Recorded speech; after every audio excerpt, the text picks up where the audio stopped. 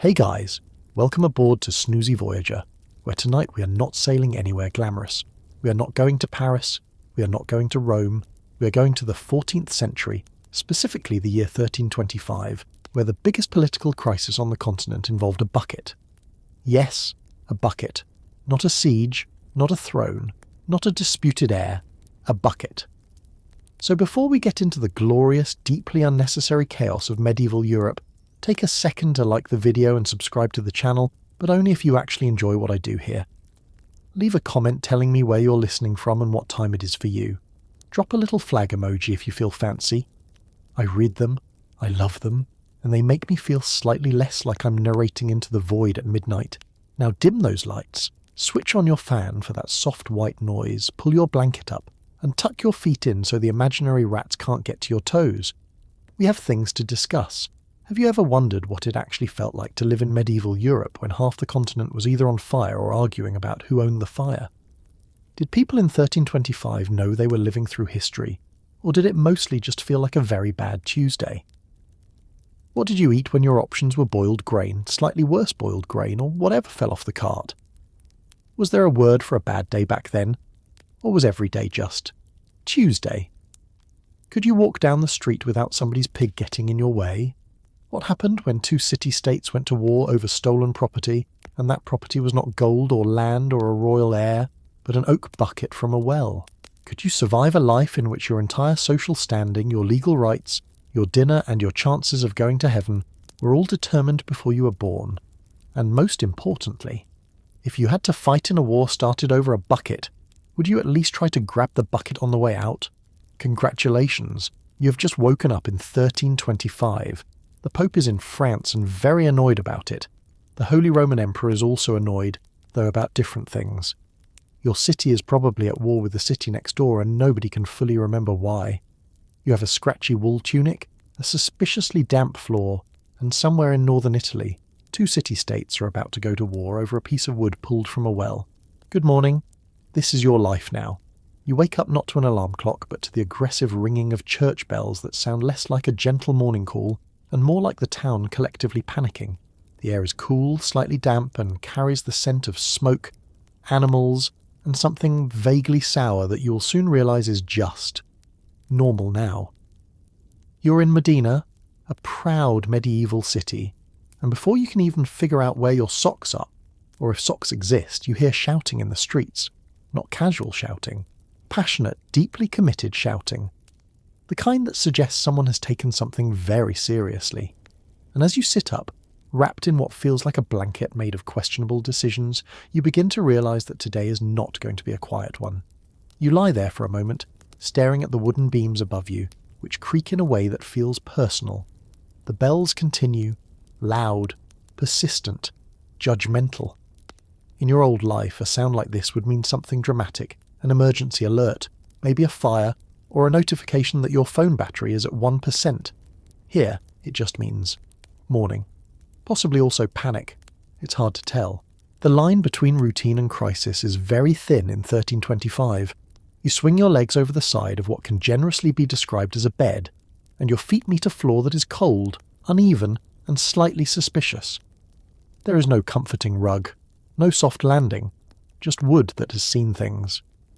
You pause, waiting for your brain to catch up with your body. But your brain is still back in the 21st century, wondering why there is no coffee, and why everything smells like a fireplace that never quite stops. Outside, the shouting grows louder. You can hear distinct voices now, men arguing, women calling out, someone shouting something that sounds very important and possibly about honour, or bread, or both. You don't yet understand the language fully, but you understand tone, and the tone says this is serious.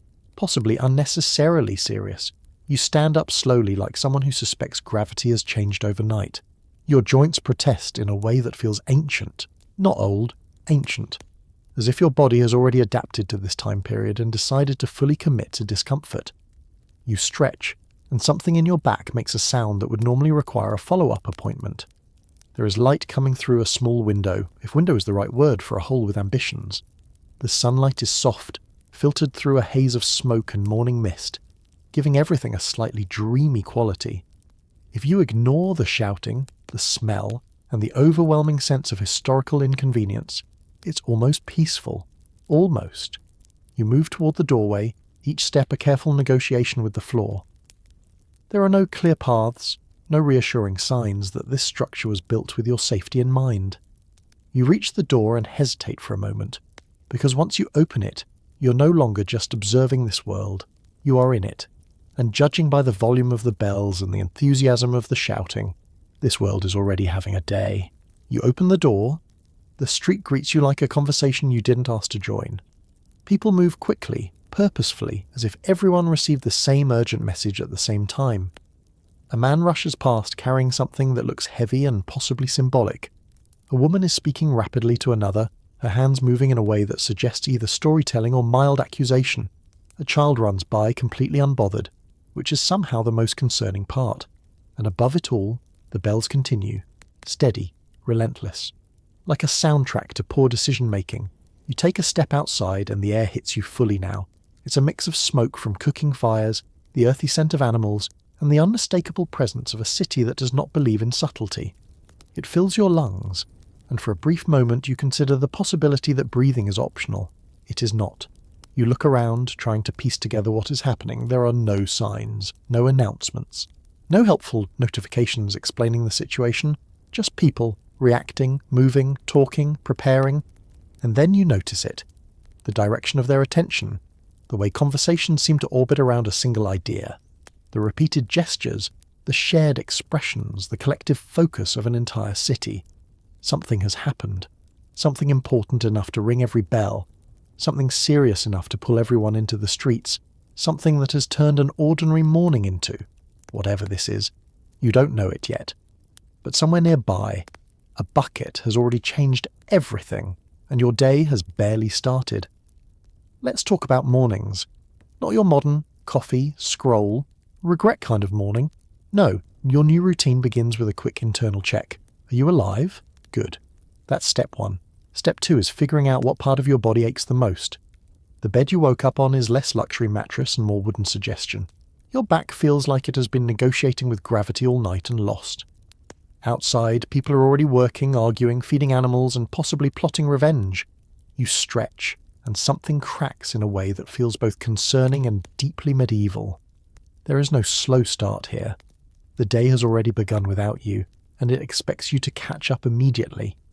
You sit there for a moment, taking inventory, not of your belongings, you don't really have any, but of your physical condition. Your neck feels like it spent the night in a disagreement with your spine. Your shoulders are tight, your legs uncertain, and your general sense of comfort has quietly left the building. This is not a gentle wake-up. This is a full-body reminder that you're now living in a time where comfort is more of a rumour than a guarantee. There is no snooze button, no soft music easing you into consciousness, no phone lighting up your face with notifications you pretend not to care about. Instead, your morning soundtrack is a blend of distant livestock, clattering tools, and human voices already operating at full emotional capacity. Someone nearby is arguing with impressive commitment. Another person is laughing loudly, which feels suspicious this early in the day. And somewhere, something metal hits something else metal in a way that suggests productivity or impending disaster. You take a breath. Immediately you regret it slightly. The air inside your room is thick, not unbearable, just lived in. There is a lingering warmth from bodies, from last night's fire, from a general lack of ventilation. It's the kind of air that feels like it has stories, none of them particularly fresh. You consider opening a window, then remember the window is essentially a hole that invites both light and a variety of uninvited guests. You stand up again, more carefully this time, as if your body might file a complaint if you move too quickly. Your feet adjust to the floor, which remains unapologetically hard. There is no cushioning, no forgiveness, just a surface that says, this is what we're working with. Now comes the question of what to actually do. In your old life, mornings had structure, ritual, coffee first, then maybe breakfast, then a slow, reluctant engagement with responsibilities. Here, there is no buffer, no transition period. The world does not wait for you to feel ready. It assumes readiness, or at least, it doesn't care whether you have it. You notice movement outside your doorway, people passing by, already dressed, already focused. There is an unspoken expectation in the air. You're supposed to be doing something. What that something is remains unclear. But standing still feels like you're breaking a rule you haven't been told yet. You attempt to stretch again, this time more deliberately. Your arms rise, your back extends, and for a brief moment you feel almost human. Then something pops. Not painfully, just decisively. Like your body has officially clocked in for the day. You lower your arms and accept that this is as good as it gets. There is no mirror to check your appearance, no reassuring glance to confirm that you still look like yourself.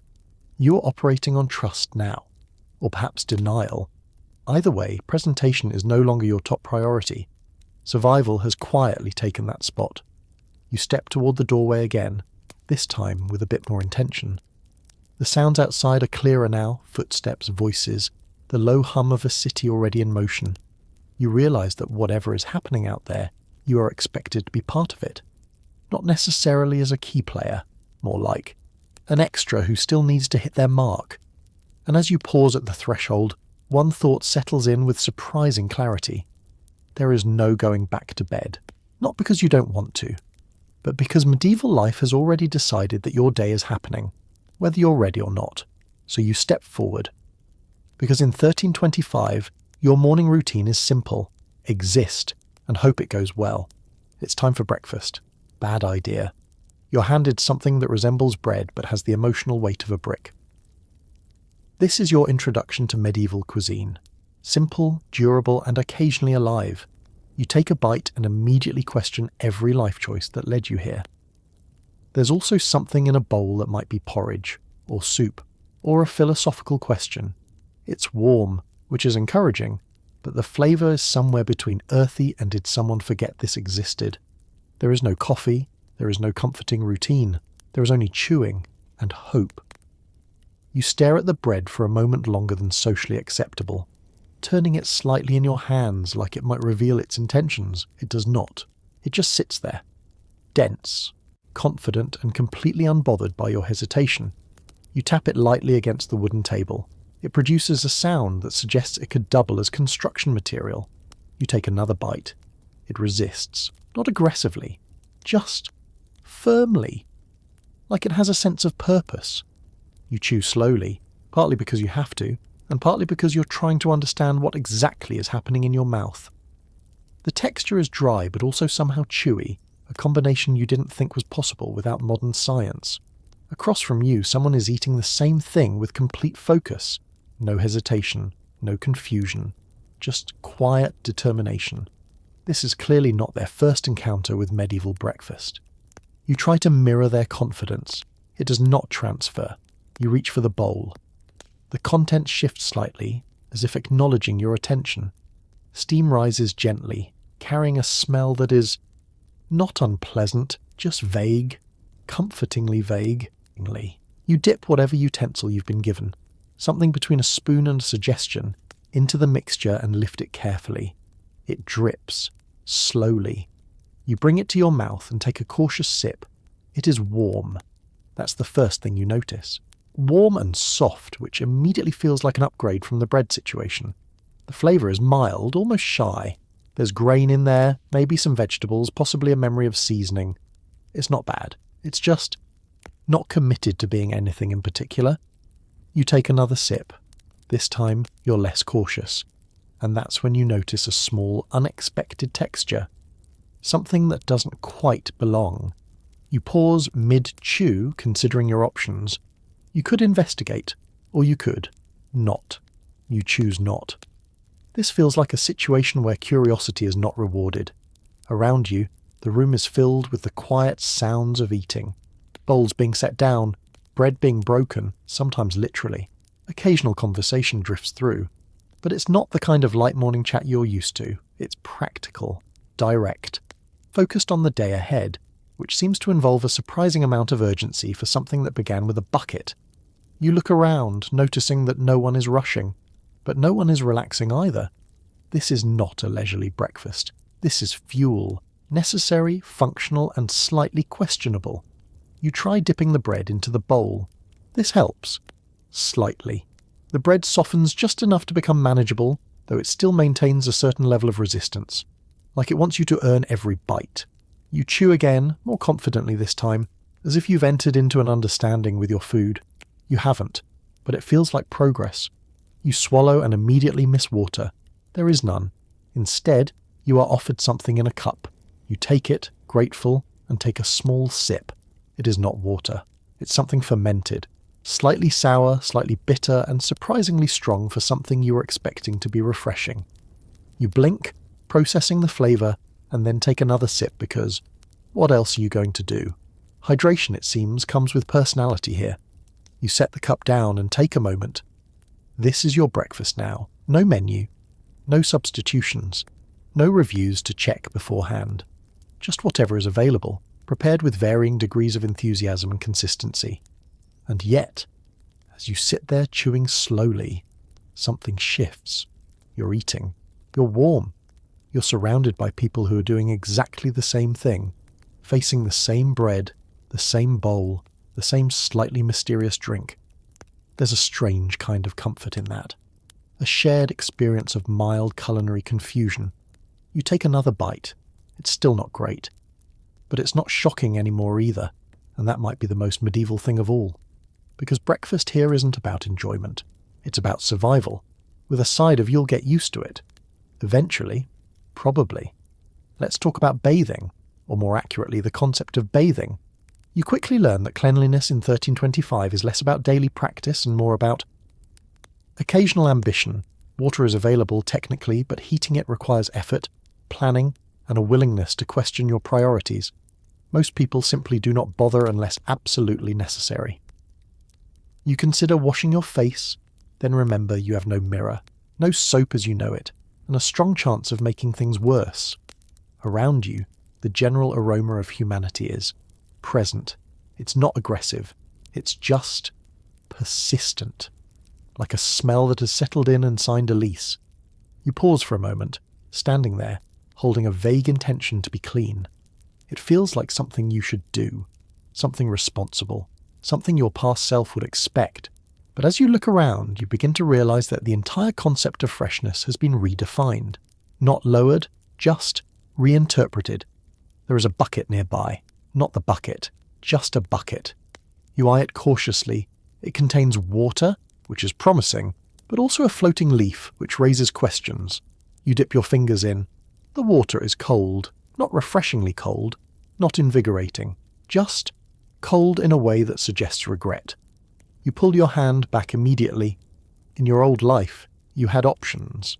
Hot showers, warm towels, products with names like Mountain Breeze and Ocean Mist, none of which actually smelled like mountains or oceans, but at least made an effort. Here, your options are water, possibly ash, maybe a cloth if you're lucky. You look around for something resembling soap. What you find instead is a rough greyish substance that appears to have been created by someone experimenting with disappointment. This, you're told through gestures and confident nodding, is soap. You are not convinced. Still, you give it a try. You wet your hands again, briefly, and rub the substance between them. It produces a faint lather, which is encouraging, but also a smell that can only be described as historical. Not bad, just deeply rooted in the past. You bring your hands to your face and begin the process of washing. It is not satisfying. There is no gentle cleanse, no refreshing sensation. Just a series of practical motions that result in your face being slightly less questionable than it was before. You splash a bit more water on, which mostly ends up on your clothes, and then stop. Because at some point you realize you are not getting cleaner. You're just redistributing the situation. You look up. No one is watching you with concern. No one is offering advice. In fact, most people are not engaging in this activity at all. They are moving about their day with a quiet confidence that suggests hygiene is not a pressing issue. And you begin to understand why. Bathing takes time. It takes resources. It takes effort that could be spent on things like working, eating, or discussing the ongoing bucket-related tensions that seem to be escalating by the minute. Cleanliness, in this world, is not about comfort. It's about necessity. And unless you are visibly alarming, you are probably fine. You take a step back from the bucket, your brief attempt at modern standards fading quickly. Your hands are damp. Your face is slightly improved. Your expectations have been gently lowered. You sniff the air again. It's still there. The collective scent of people, animals, fire, and time itself. But now it feels less offensive, more ambient, like background noise. But for your nose, you realise something important. You are adjusting, not in a dramatic way, not all at once, but slowly, subtly. Your definition of acceptable is shifting. What once would have been unthinkable is now manageable, even normal. You glance at your hands again. They're not perfectly clean, but they're cleaner than they were, and in 1325 that feels like a victory. You wipe them on your already questionable clothing, which seems to be the final step in the process. And just like that, your morning hygiene routine is complete. No mirror, no compliments, no lingering scent of lavender, just you, slightly less dirty, and ready to face a day that is already proving to be far more complicated than it has any right to be. Because somewhere out there people are still arguing, and not one of them is thinking about soap. Your outfit for the day is provided by the fine fashion house of whatever is available. You're handed rough, heavy fabric that feels like it was woven by someone who actively disliked comfort. It scratches, it clings, it does not breathe. You attempt to adjust it, but it seems determined to remain exactly as inconvenient as possible. Shoes are optional, depending on your luck, and even when you have them, they feel like they were designed for a slightly different foot. Probably someone else's. You are now fully dressed, which is to say, you are wearing your discomfort with confidence. You hold the garment up for a moment before putting it on, as if inspecting it might somehow improve the situation. It does not. The fabric stares back at you with the quiet confidence of something that has been uncomfortable for generations and sees no reason to change now. There are no tags, no sizes, no reassuring label that says soft cotton blend, just material, an expectation. You slip it over your head. Immediately you feel it. The texture is not aggressive, but it is persistent, like a mild argument happening directly on your skin. You shift your shoulders slightly, hoping it will settle into something more agreeable. It does not. It simply adapts to your movement in a way that ensures maximum awareness at all times. You pull at the sleeves. They are either too long or not long enough. There is no middle ground.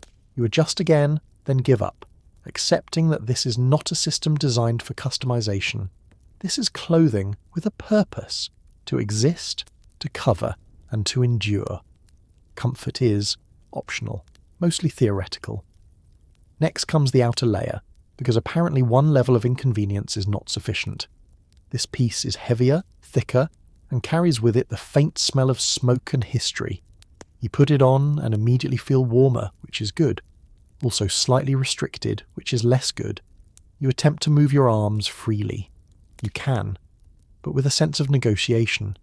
Every motion feels like it requires approval from the fabric.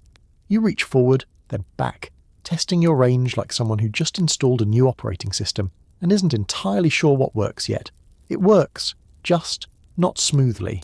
Now for the shoes. You are handed something that resembles footwear in the same way your breakfast resembled food. Technically accurate, but emotionally confusing. You examine them briefly.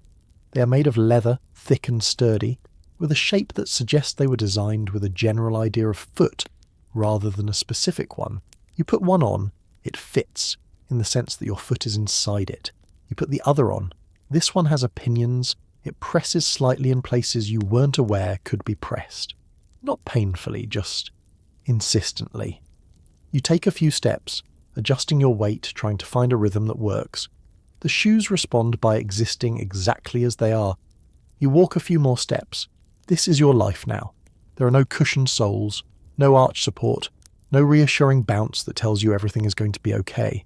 Just leather, ground, and the quiet understanding that your feet are about to become very familiar with both.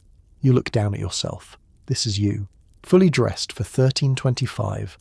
Layers of fabric, each one contributing to a collective experience that can best be described as committed. You are warm, covered, slightly restricted, and entirely out of your element. You take a breath. The clothing holds it with you. You exhale. It stays. There is no lightness here, no airy movement, just weight and presence. You're aware of every inch of what you're wearing, which is impressive considering how little you were aware of your clothes in your previous life. And yet, as you stand there, something shifts. You look around and realise that everyone else is dressed the same way, not identical, but similar. Layers, textures, shapes that prioritise function over feeling. No one is adjusting constantly. No one is complaining. This is simply how it is. You take a step forward, then another. The shoes protest slightly, then settle. The fabric moves with you, not gracefully, but reliably. You begin to find a rhythm, a way of existing within this new arrangement of yourself. It's not comfortable, but it's manageable, and in this world, that's more than enough. You roll your shoulders once more, as if preparing for something important. Because somewhere beyond your doorway, the city is still moving, still talking, still building, towards something that began, somehow, with a bucket. And now, fully dressed in layers of regret and determination, you're ready to face it. Or at least, dressed enough to pretend you are. Stepping outside, you're immediately immersed in a world that feels alive, loud, and slightly annoyed.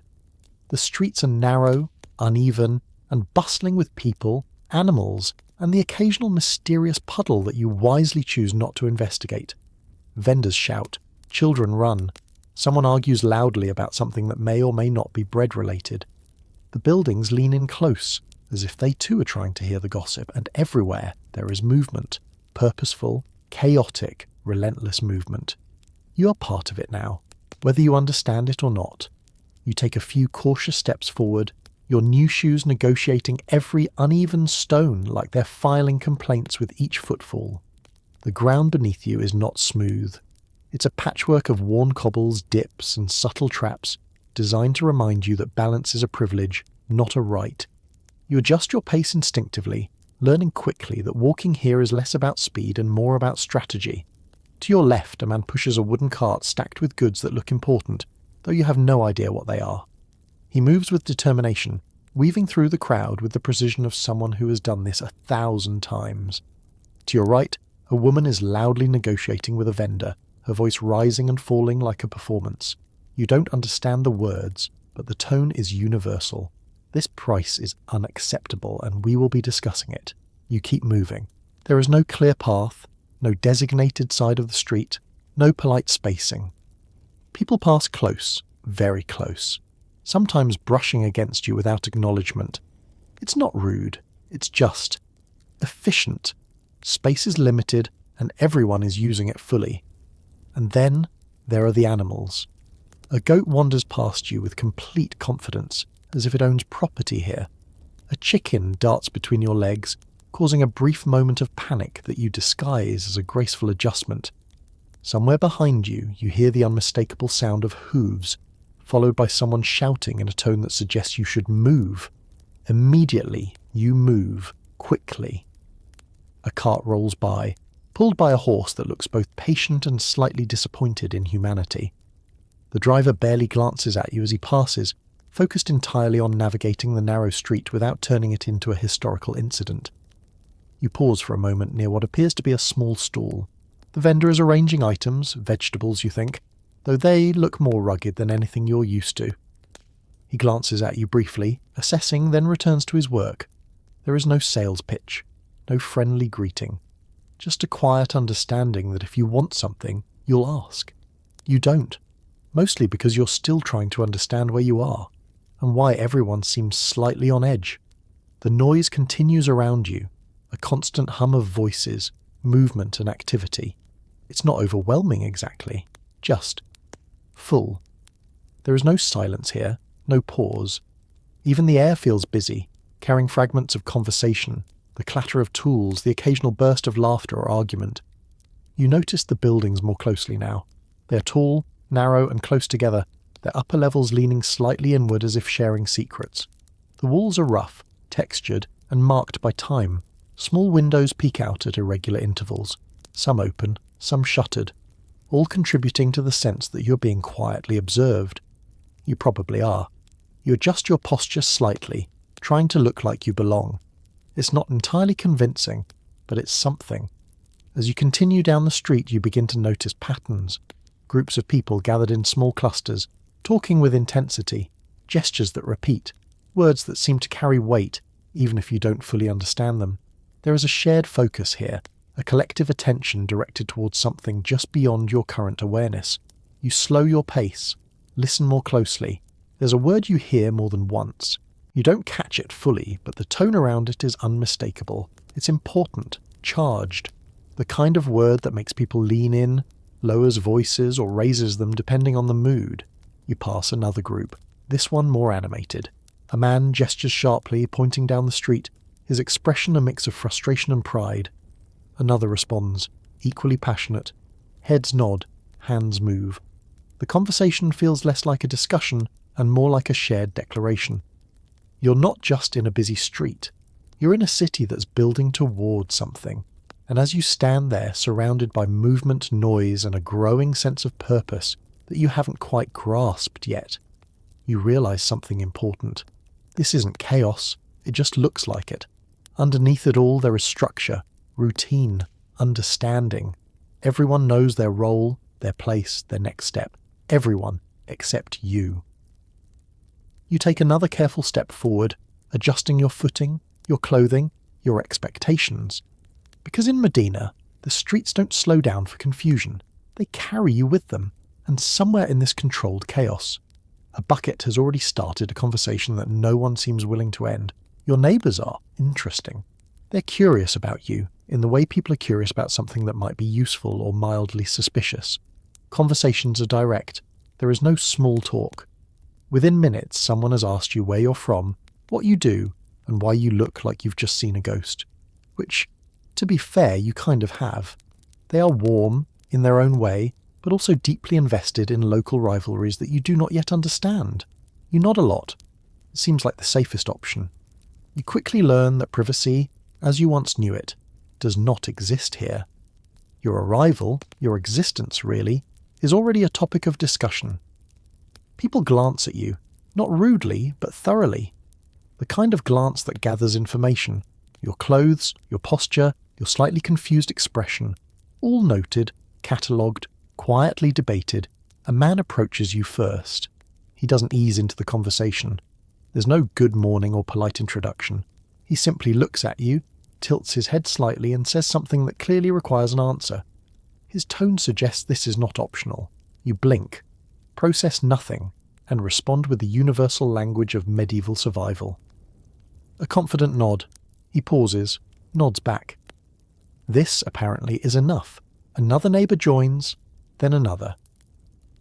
Suddenly you are part of a small, loosely formed circle of people who have collectively decided that you are today's point of interest. They speak quickly, overlapping at times, each adding something to the conversation that feels both important and slightly accusatory. You catch fragments, tone more than words, questions definitely, possibly opinions, maybe even mild concern. One of them gestures toward your clothes, then shrugs in a way that feels forgiving. Another points down the street, speaking with emphasis, like they're explaining something you absolutely should already know. You nod again. It's working so far. There's a rhythm to these interactions. Direct eye contact, clear expectations, no unnecessary filler. These are people who live close together, work hard, and don't have time for drawn-out social rituals. If they want to know something, they ask. If they have something to say, they say it. You appreciate the efficiency, even if you don't understand any of it. A woman steps forward now, her presence immediately shifting the dynamic. She looks at you with a sharper focus, as if she's the one who actually decides whether you belong here or not. She says something, short, precise, and waits. You consider your options. There are none. You nod, but this time you add a small gesture, a slight shrug, a polite half smile, the kind that says, I am harmless, mildly confused and open to guidance. She studies you for a moment, then, unexpectedly, she smiles. It's brief, subtle, but it changes everything. The tension softens, the circle loosens. Someone laughs, quietly but genuinely. Another neighbour pats you on the shoulder in a way that feels both welcoming and slightly like a test. You have passed something. You're not sure what, but you're in. From this point on, the tone shifts. The questions become less intense. The gestures more explanatory than demanding. Someone hands you something, a piece of bread maybe, or just a gesture of inclusion.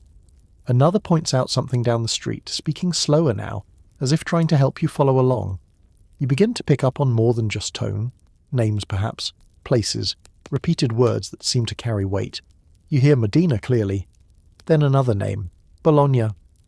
The way it's said is different, sharper, more deliberate. You don't need a translation to understand that this is not a neutral topic. One of the men leans in slightly, lowering his voice as he speaks. Others nod along, their expressions tightening. There's a shared understanding here, something deeper than casual conversation. You catch a single word again, one you've heard more than once today. Bucket. You freeze, just for a moment. There it is again, the word that seems to follow you through this city like a quiet echo. You look around the group. Their faces are serious now, focused, invested in something that clearly matters. Not in an abstract way, but in a personal, immediate way. This isn't gossip. This is something else. You nod again.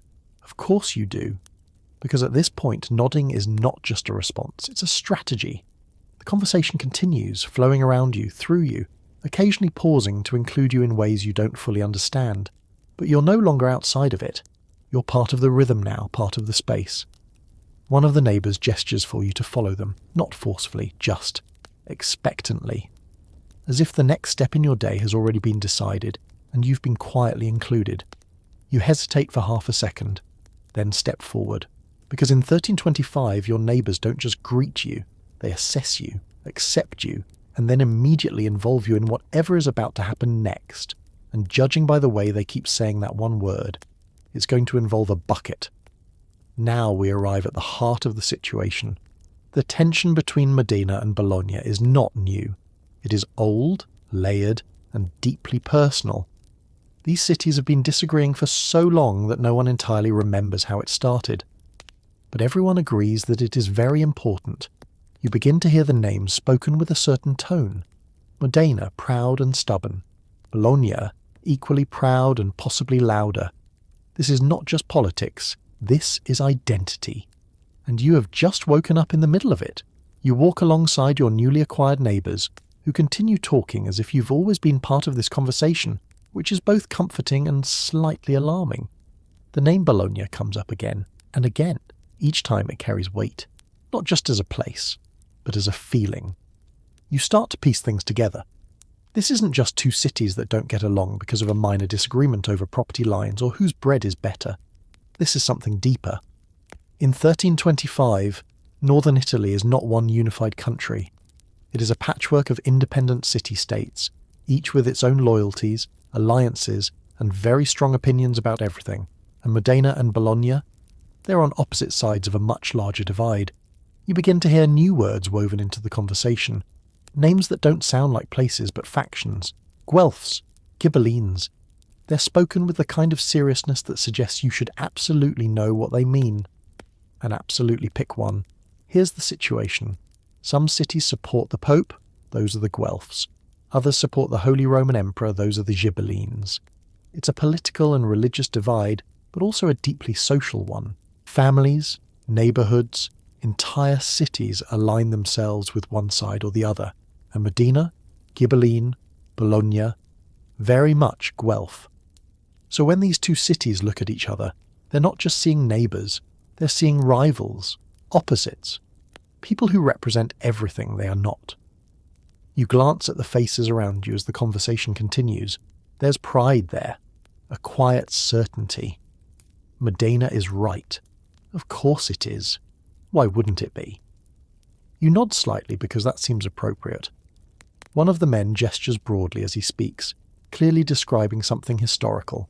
Past battles, old victories, maybe a particularly satisfying moment where Bologna was proven wrong about something. The others listen, occasionally adding their own pieces, building a shared narrative that feels less like history and more like a collective memory. You realise something important.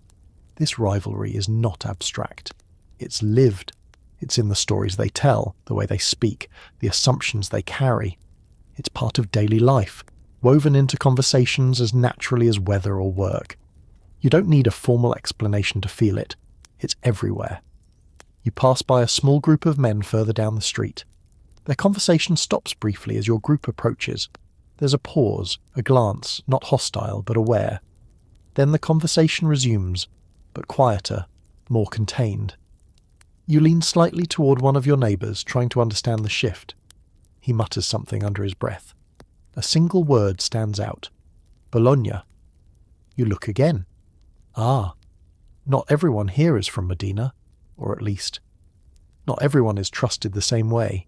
You continue walking, the tension subtle but present. It's not open conflict. Not here, not yet. But it's close enough that you can feel it, like a storm that hasn't arrived, but has already changed the air, and then you hear it again. That word. Bucket. It slips into the conversation almost casually, but the reaction is immediate. Faces tighten, voices sharpen. The tone shifts from general rivalry to something more specific, more recent. You don't understand all the details yet, but you understand this. The bucket is not just a bucket, it is a symbol of disrespect, of defiance, of one city doing something that the other cannot ignore. You imagine briefly explaining this to someone from your time. Yes, there was a conflict. Very serious. Lots of tension. Deeply rooted political divisions. And also, a bucket. You pause that thought. Because here, right now, it makes perfect sense. The rivalry has been building for years, decades even. Alliances, disagreements, small conflicts that never fully resolved. All it takes is one moment, one action, to bring everything to the surface. And apparently, that moment involved a bucket. You walk a little slower now, absorbing the weight of it all, the pride, the history, the quiet readiness for something more. Because this isn't just background noise, this is the foundation of what's coming. And as your neighbours continue talking, gesturing, reliving moments you weren't there for, you realise that you are no longer just observing a city. You're inside a story that has been unfolding for generations. A story where loyalty matters, where identity is everything, and where, somehow, a single bucket has become the final straw. And then, the bucket. Somewhere, somehow, a bucket has been taken, stolen, removed, relocated without permission, and this is not being treated as a minor inconvenience. This is an insult, a statement, possibly even a declaration. You try to process this. A bucket, a wooden container. The kind of thing you would barely notice in your own life has now become the centre of a growing conflict. People are talking about it with intensity, with passion, with the kind of seriousness usually reserved for taxes or group chats. You slow your walking slightly, trying to catch more of the conversation. The word comes up again, bucket, and every time it does, the tone shifts. Voices tighten, gestures sharpen, someone taps their chest. Another points outward, toward the vague direction of Bologna, as if the city itself is personally responsible for everything that has ever gone wrong. You piece together what you can. The bucket wasn't just lost. It wasn't misplaced or accidentally borrowed and never returned. It was taken deliberately by soldiers from Modena during a raid on Bologna. Not as a practical necessity, not because they urgently needed a bucket, but because they could. And now, it's back here, in Modena, like a trophy. You stop walking for a moment. You try to imagine this happening in your own time. A group of people storms into another city, takes a bucket, and then proudly displays it like they've just won a championship. And instead of everyone laughing and moving on, war. You blink. You look around at the faces of your neighbours. They are not joking, not even slightly. This is real. This matters. The bucket has become something else entirely, something symbolic. It's not about water, it's about pride. In a world where cities define identity, where loyalty is tied to walls and streets and shared history, taking something from another city, even something small, is not small at all. It's a statement. We came into your space. We took what we wanted, and you couldn't stop us. You glance at one of the men beside you. He's speaking with quiet intensity now, explaining something, likely the story of how the bucket was taken, who was involved, what it means. Others nod along, their expressions firm. You nod too. Of course you do. Because at this point, questioning the importance of the bucket feels like questioning gravity. You pass a small square where a group of people has gathered more densely. In the centre, someone is gesturing dramatically, retelling the story for what is clearly not the first time. His arms move wide, his voice rising and falling, pulling the crowd in. You catch pieces of it. Raid, night, victory, bucket. Each time he says the word, there's a ripple through the crowd.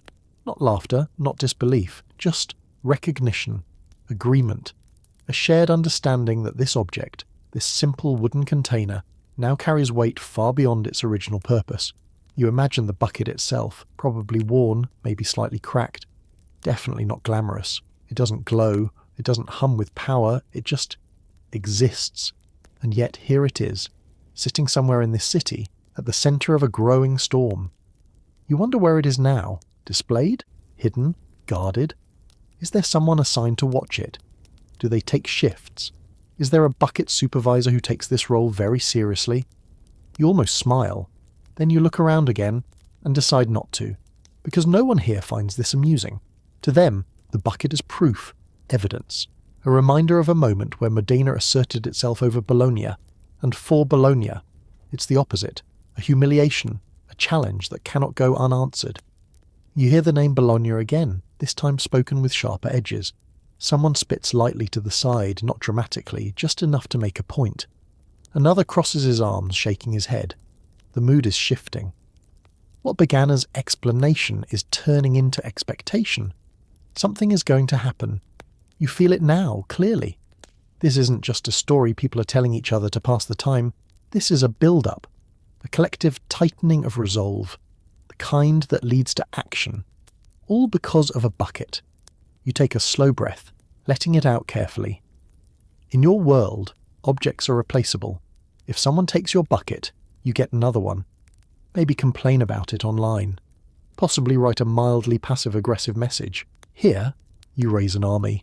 You look around one more time, taking in the faces, the tension, the shared certainty, and you realize something that feels both absurd and completely logical in this moment. You didn't just wake up in medieval Italy. You woke up in the middle of a situation where a bucket has officially become everyone's problem. And somehow, it's about to become yours too. You quickly learn that civic pride in 1325 is not subtle. It is loud, visible, and occasionally armed. People care deeply about their city, their traditions, and their right to be correct at all times. This pride fuels everything, from daily interactions to large-scale decisions that may or may not involve weapons. You find yourself caught in conversations where the bucket is no longer just a bucket. It is a symbol of honour, of defiance, of we will not let this go. You continue walking with your neighbours, but now you notice something new. It's not just what they say, it's how they carry themselves. Shoulders slightly back, chin a little higher, a quiet, ever-present awareness of where they belong and who doesn't. Modena is not just a place, it's an identity, and everyone here wears it like armour. You pass by a group of men repairing something wooden, tools in hand, movements steady. As your group walks by, they pause briefly, nodding in acknowledgement. Not a greeting exactly, more like a shared understanding. You belong here, or at least you're with people who do. One of your neighbours taps his chest lightly as he speaks. Modena. Then gestures outward again. Bologna. The contrast is immediate, even without translation. One is home, the other is not. You nod because this feels like a moment that requires agreement. He smiles slightly, satisfied. You have successfully expressed loyalty to something you learned about approximately 10 minutes ago. Progress. As you move further through the streets, you begin to see how this pride shows up in everyday life. It's in the way people talk about their city, like it's a living thing, a character, something with a reputation to maintain. It's in the buildings too. Not grand in the way you might expect, but solid, established, built with the quiet confidence of a place that knows it has been here, and will continue to be here. And it's in the way people react to the idea of being challenged. You overhear another conversation, two men standing close, speaking with intensity. You catch the word Bologna again, followed by something that sounds less like a statement and more like a refusal. One of them shakes his head firmly. No, not acceptable. Whatever Bologna has done, or might do, it crosses a line. You don't know exactly where that line is, but it exists, and the bucket has definitely crossed it. You find yourself being pulled slightly closer into another discussion. This one is more animated. Voices rise, hands move. Someone makes a sweeping gesture as if outlining the entire situation in the air. You catch fragments. Honour, city, response. These are not casual words. They carry weight, expectation, a sense that action is not just possible, but necessary. You glance around again, noticing how many people are engaged in similar conversations. Different groups, different corners of the street, but the same energy, the same focus. This is not isolated, this is collective. You begin to understand that civic pride here isn't just about liking where you live, it's about defending it, representing it, standing by it even when the situation involves a bucket, especially when it involves a bucket, because now the bucket is proof. Proof that Modena acted. Proof that Bologna was caught off guard. Proof that something small can become something much larger when pride is involved. You imagine someone from your time saying, "It's not that serious." And here, that sentence would not go over well at all. You pass by a small building where a few older men sit, watching the street with calm, measured expressions. They're not speaking loudly, not gesturing wildly, but they're listening, observing, taking in everything. One of them looks at you briefly, then at the group you're with, he nods once. Approval? Maybe. Or just acknowledgement that you're now part of whatever this is becoming. You nod back, because at this point, nodding has become your primary skill.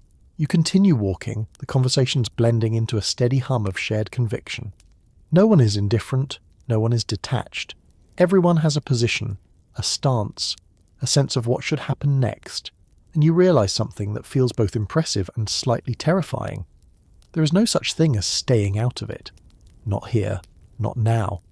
In 1325, if you're in Modena, you are Modena. And Modena at this moment is not in the mood to let anything go, especially not something that fits perfectly in your hand, and has somehow become a matter of honour. You take a slow breath, adjusting your stance, your expectations, your entire understanding of what counts as a big deal. Because here, civic pride isn't just strong, it's ready. And somewhere nearby, a bucket is still making things worse. Without much discussion, you now have a role. Medieval life has a way of assigning you responsibilities before you even realise you've agreed to them. Whether it's carrying things, fixing things, or simply being present while things happen, you are now part of the system. There is no onboarding process, no training video, just expectation. You do your best. It seems to be enough. It begins subtly. Someone hands you something, not aggressively, not ceremoniously, just hands it to you. A bundle of something wrapped in cloth. It has weight, which immediately tells you this is not symbolic. This is real. You take it instinctively, because refusing it would require confidence you do not currently possess. You look at it. It does not explain itself. You look back at the person who handed it to you. They nod. Ah, that clears everything up. You fall into step with the group carrying your new responsibility, like someone who absolutely knows what they're doing. Your posture improves slightly, not out of confidence, but out of necessity. Whatever this is, you're now involved. Welcome to employment. You glance around to see what others are doing. This seems important. Everyone has a task. Some are carrying tools, others are moving materials, wood, sacks, things that clink slightly when shifted. A few are simply walking with purpose, which somehow looks just as legitimate. You adjust your grip on the bundle. It shifts slightly, reminding you that it exists and expects to be taken seriously. You nod again. Of course, you've got this. Probably. You follow along as the group moves through the streets, eventually stopping near a space where more people have gathered. There's activity here, organised, but not formally. People are setting things down, picking things up, giving instructions in quick, efficient bursts. You're now in what can only be described as a medieval version of everyone just knows what to do, except you. You stand there for a moment, holding your bundle, waiting for a sign. Something clear, something obvious. Instead, you get a glance, a gesture, a quick motion toward a pile nearby. You walk over, carefully. You place the bundle down next to similar bundles, trying to match their arrangement as closely as possible. You step back, observing your work. It looks acceptable. No one corrects you. This is a victory. Immediately someone hands you something else. Of course they do. This time it's lighter, wooden, possibly a tool. You hold it, turning it slightly, trying to determine its purpose without looking like you're trying to determine its purpose. You watch someone nearby using a similar object. Ah, you imitate. Not perfectly, but close enough. This is your new strategy. Observe, mimic, survive. Minutes pass, or maybe longer. Time feels different here, less structured, more. Absorbed into the activity itself. You move when others move. You stop when they stop. You carry, place, adjust, repeat. No one checks your credentials. No one asks if you're qualified. Because in this world, qualification is simple. Are you here? Are you trying? Good enough. At one point, someone claps you lightly on the shoulder. Not hard. Just enough to acknowledge your presence. You look up. They nod. Approval. You nod back. Of course. This is your language now. You begin to feel it. The rhythm of work. The quiet coordination. The way people move around each other without needing constant explanation. It's not chaotic. It's practiced. Learned over time, passed down through repetition rather than instruction. You are participating, not leading, not excelling, but present, useful, and that's enough. You pause briefly, catching your breath, looking around at the scene. People working, talking, preparing. There's an undercurrent here, something building. This isn't just routine labour, there's purpose behind it. Urgency. You hear it again, the word bucket.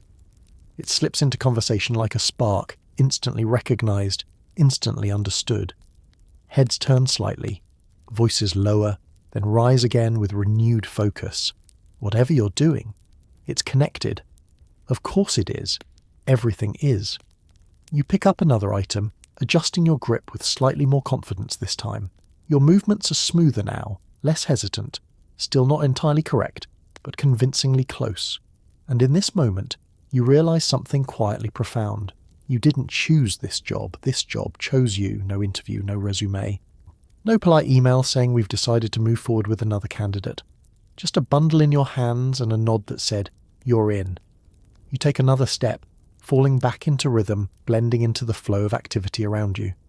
Because in 1325, employment isn't about passion, it's about participation, and right now, you're officially part of whatever this day is becoming, which, judging by the conversations around you, is still very much about that bucket. Information spreads quickly here, and changes slightly with each retelling. The story of the bucket evolves, it grows, details are added, motives are questioned. By the time you hear it for the 5th time, the bucket may have been stolen heroically, tragically, or by someone's cousin who definitely had a reason. You nod again. This seems to be the correct response. You notice it almost immediately. You're still working, carrying, placing, pretending you understand tools, and yet the conversations around you are multiplying, not repeating, multiplying. Like each version of the story is branching into its own slightly different reality. You hear it once, a small group, late at night, quick raid. You nod, that seems reasonable. Then you hear it again, a bold move, right under their noses. They didn't even see it coming. More dramatic. Then again, a massive force. Hundreds of men. They took the bucket as a symbol of total dominance. You pause. Hundreds? For a bucket? You glance at the speaker. He looks completely convinced. You nod. Of course. This is clearly how history works now. You continue your task, but your ears are doing most of the work. Every few steps, a new version of the story drifts past you. Each one slightly louder, slightly more confident, slightly more embellished.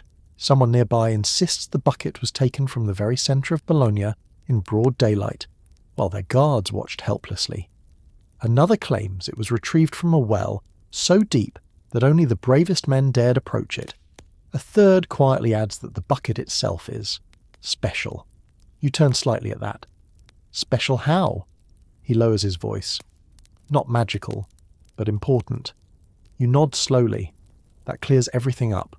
You begin to understand something essential about medieval information flow. There is no central source, no official statement, no verified account. There is only people, telling stories, with increasing confidence, and each person believes their version just a little more than the last. You pass by a small cluster of workers taking a brief pause. One of them is mid-story, his hands moving rapidly, painting a picture in the air. He describes the moment the bucket was lifted. You can see it now, according to him at least. Torches flickering, shadows stretching. A group of men moving with precision, silence, purpose. The bucket, revealed, taken, carried back like a prize. The others around him listen closely, nodding, occasionally adding a detail of their own. One corrects him slightly, not contradicting, just enhancing. No, it was guarded. Ah yes, guarded. That makes it better. The story grows again. You step back, watching this process unfold in real time. It's not misinformation, not exactly. It's more like collaborative storytelling. Each person adding a piece, shaping the narrative, making it more meaningful, more memorable, more theirs. You realise that by the end of the day there will not be one story of the bucket. There will be dozens, all slightly different, all equally believed. You adjust your grip on the item in your hands, something wooden, still unclear in purpose, and continue working. The rhythm helps. The repetition grounds you, but the stories keep coming. Now someone is talking about Bologna's reaction. They were furious. You nod. That feels accurate. They couldn't believe it. Also fair. They're already preparing. You pause. Preparing.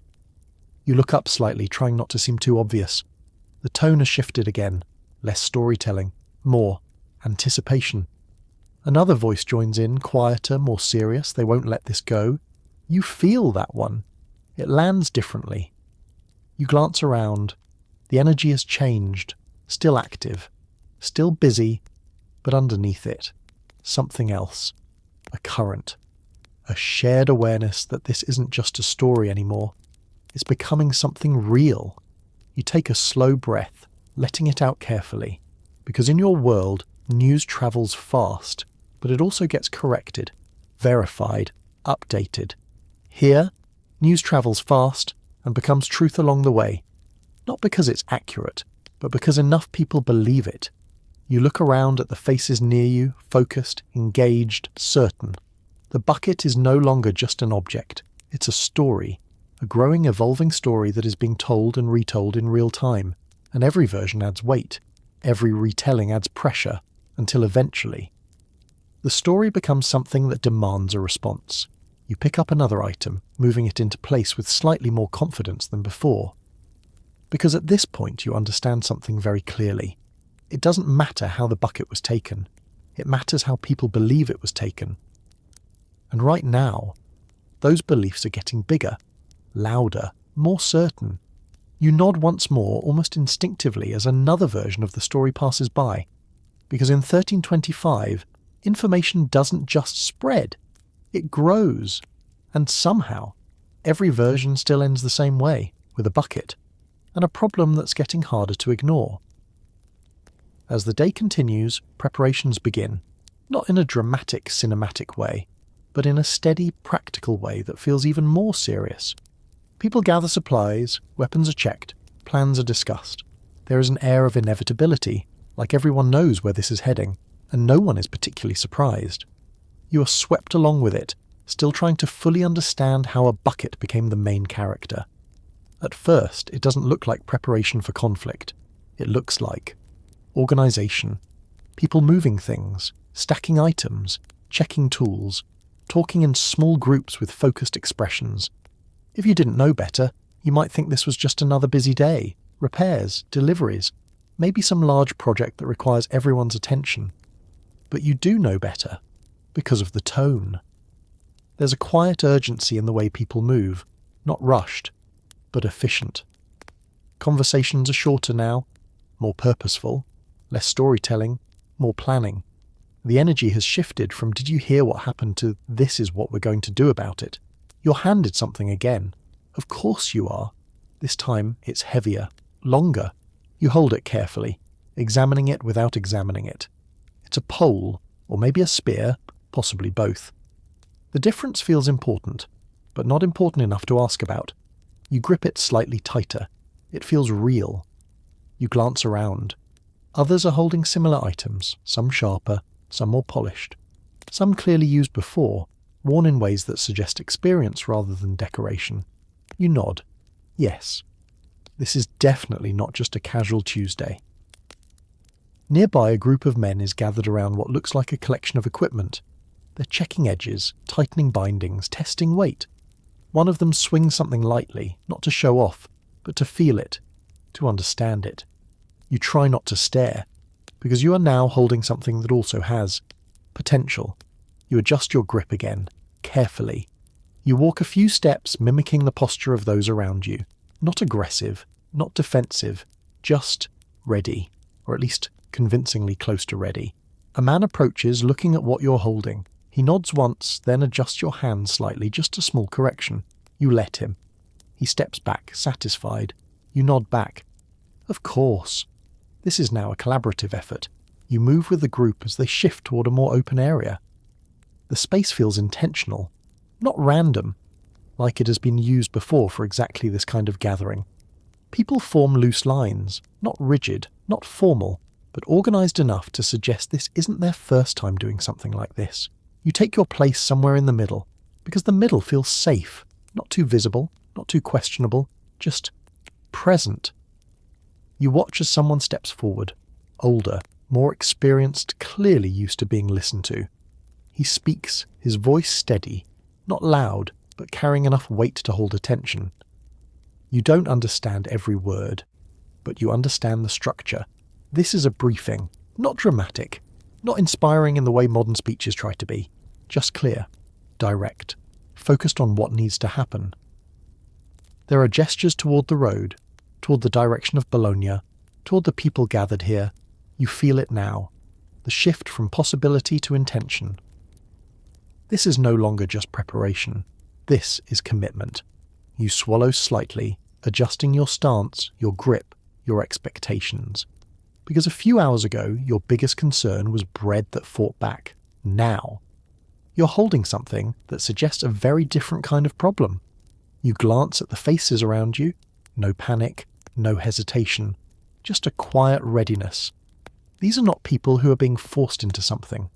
They are stepping into it, together, with a shared understanding that this is what happens when lines are crossed, even if that line was drawn around a bucket.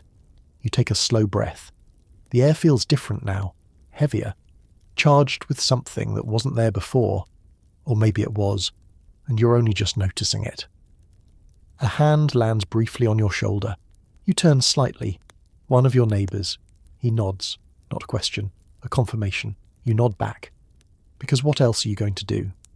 The group begins to move again, slowly, deliberately, not running, not rushing, just advancing into whatever comes next. You follow, because at this point, following is your best skill, and as you walk, the realization settles in, calm but undeniable. This is how it happens, not with a sudden explosion of chaos, but with quiet, steady steps, with people picking up tools, checking edges, nodding to each other, and moving forward together. Because something small became something meaningful, and something meaningful became something that couldn't be ignored, all because, somewhere along the way, a bucket stopped being just a bucket. The group begins to move, not in a frantic rush, but in a slow, steady procession that feels far more serious than any dramatic charge. There are no loud battle cries, no cinematic music swelling in the background, just footsteps. Dozens of them, then hundreds. The quiet rhythm of people walking with purpose. You are among them now, carried forward by the same momentum that started with a conversation, and somehow turned into this. At first it feels almost ordinary, just walking. You've done this before, many times. Walking is one of your core competencies. You place one foot in front of the other, adjusting to the uneven road, the weight of what you're carrying, the presence of people on all sides of you. This is manageable.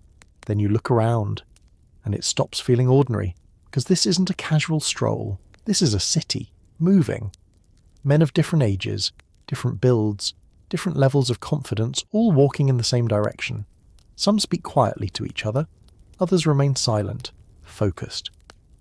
A few glance around, scanning the path ahead, as if expecting something to appear at any moment. You tighten your grip on what you're holding, not because you need to, but because everyone else is. You adjust your pace slightly to match those around you, not too fast, not too slow, just aligned. There's a rhythm to it, an unspoken agreement about speed, spacing, direction.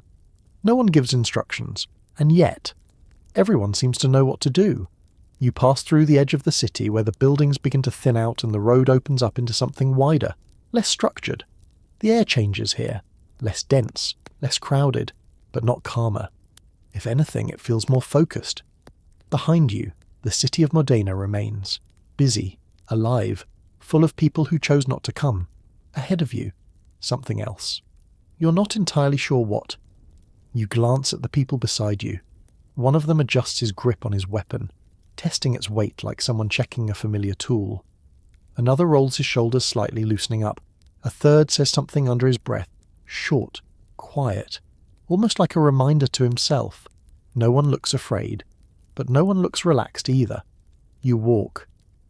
The road stretches out in front of you, a dusty path that has seen countless travellers before you, merchants, farmers, messengers, and now, apparently people responding to a bucket-related incident. You almost smile at the thought, then you remember the tone of the conversations, and you don't. Because for them, this isn't absurd, this is necessary. You pass a small group joining from another path, more men carrying similar items, falling into step without hesitation. There's no greeting, no pause, just a seamless addition to the movement, like a stream feeding into a river. You realise something. This isn't just your group. This is everyone who matters right now, drawn together by shared identity, shared pride, and a shared understanding that something must be done, even if the original cause still feels very bucket-shaped. You take a breath, the air now carrying less of the city and more of the open land, dust, grass, the faint scent of something distant and undefined. Your steps continue, steady, consistent. You begin to feel it in your legs, the slight strain of walking with purpose rather than leisure. This is not a stroll for enjoyment. This is movement with intent, and your body is slowly catching up to that idea. You adjust your shoulders again, settling into the rhythm, left, right, left. The sounds of the group blend together, footsteps, the occasional clink of metal, the soft murmur of voices. It's not loud, not chaotic, just present. You look ahead. The road continues, and somewhere beyond it, Bologna. You don't see it yet, but you feel it. The direction alone carries weight. You notice how people look forward more than around now. Less conversation, more focus. The energy has shifted again, from preparation to approach. You swallow slightly, because walking is easy. Walking towards something is different. A man beside you glances over briefly. He doesn't speak, just nods once. You nod back. Of course, this is still your main contribution. You continue forward, step by step, carried by the collective motion of the group. And somewhere in the back of your mind a quiet thought forms. Calm, slightly absurd but impossible to ignore. You woke up this morning thinking about breakfast. Now you're walking toward another city, because of a bucket, and no one, not a single person around you, seems to think that's unusual. You take another step, then another, because at this point, turning around would be far more complicated than just continuing forward. And in 1325, forward is exactly where everyone is going. You arrive not at a dramatic, perfectly staged battlefield, but at a wide, uneven stretch of land that looks like it was chosen simply because it's big enough for everyone to stand on. There are no lines drawn in the dirt, no banners dramatically snapping in slow motion, just space, open, dry, and already filled with tension. The ground is rough beneath your feet, scattered with rocks and patches of stubborn grass that somehow survived everything else about this day. You look around, half expecting someone to explain what happens next. No one does. Instead, people just arrange themselves, not in perfect formation, not with military precision, but with a kind of practiced instinct. Groups cluster together, friends, neighbours, men who know each other's names and rhythms. You find yourself naturally drifting with the same people you walked with, as if proximity alone has turned into loyalty. You stop, everyone else stops, and for a moment there is stillness. It's not silence. There are still sounds, footsteps settling, quiet murmurs, the occasional clink of metal, but compared to the movement of the march, it feels like the world has paused to take a breath. You take one too. The air here is different. Drier. More open. It carries dust instead of smoke. Wind instead of voices. You can feel it on your face. in your nose, settling lightly on your clothes like a reminder that this is no longer the city. This is where things happen. You look ahead, and there they are. Across the field, another group, similar in shape, in size, in energy, not identical but familiar. You don't need anyone to explain who they are. Bologna. You squint slightly, trying to make out details. You see movement, shapes, the occasional glint of something reflective. They are doing the same thing you are, gathering, organising, preparing. It's almost symmetrical. You take a slow breath. Because this is it. The moment all the talking, walking and nodding has been building toward. And yet, it doesn't feel like the dramatic climax you expected. There are no speeches, no sudden rush, no loud declaration that echoes across the field, just two groups of people standing, waiting. You shift your weight slightly, your feet adjusting to the uneven ground. A small rock presses into your soul, reminding you once again that medieval footwear is more of a suggestion than a solution. You glance at the people beside you. Their expressions are focused, not panicked, not overly aggressive, just ready, like they've been here before. Or at least they've imagined this moment enough times that it feels familiar. You try to match that expression. Comes out as mildly concerned but committed. Close enough. A breeze moves across the field, lifting small clouds of dust that drift lazily through the air. It catches on your clothes, your hair, your skin, adding another layer to the already complex texture of your day. You blink as a bit of dust finds your eye. You resist the urge to rub it aggressively, remembering that your hands are not exactly operating at modern hygiene standards. Growth. You look forward again. The distance between the two groups doesn't feel large, not in a physical sense, but it carries weight, expectation, a shared understanding that this space, this open, unremarkable stretch of land, is about to become something else entirely. You notice movement on the other side. Subtle at first, then clearer. They're adjusting too, shifting positions, tightening their lines, mirroring your own group in ways that feel less like coincidence and more like inevitability. You swallow, because this is no longer preparation, this is presence. You are here, they are there, and between you is everything that's been building all day. You tighten your grip on what you're holding, feeling its weight again, its purpose. It no longer feels like a prop. It feels like a decision. You glance sideways. One of your neighbours stands close, his posture steady, his gaze fixed forward. He doesn't look at you, doesn't need to. The connection is already there, shared space, shared movement, shared moment. You nod slightly. He doesn't see it. But it feels right. The air grows heavier, not physically, but emotionally. The kind of heaviness that settles in when everyone knows something is about to happen. But no one is quite sure how it will begin. You take another breath, slow, controlled, because there is no script here, no countdown, just people, waiting for the moment when waiting is no longer an option. You look down briefly at the ground beneath your feet. Dust, stone, grass, nothing remarkable, and yet, this is where history is about to step forward. You look up again. Two groups, one field, and somewhere, in the background of it all, a bucket. You almost laugh, but you don't, because standing here now, with the weight of the moment settling in, it no longer feels ridiculous, it just feels real. And as the first subtle shifts begin, small movements, quiet signals, the kind that pass through a crowd without needing words, you realise something with calm, undeniable clarity. This may not look epic, but it is, just, in a much dustier, more human way, and you're right in the middle of it. There is no dramatic signal, no horn blast that echoes across the land, no slow-motion moment where everyone locks eyes and nods in perfect cinematic timing. Instead, it just starts, a shift, a step, then several.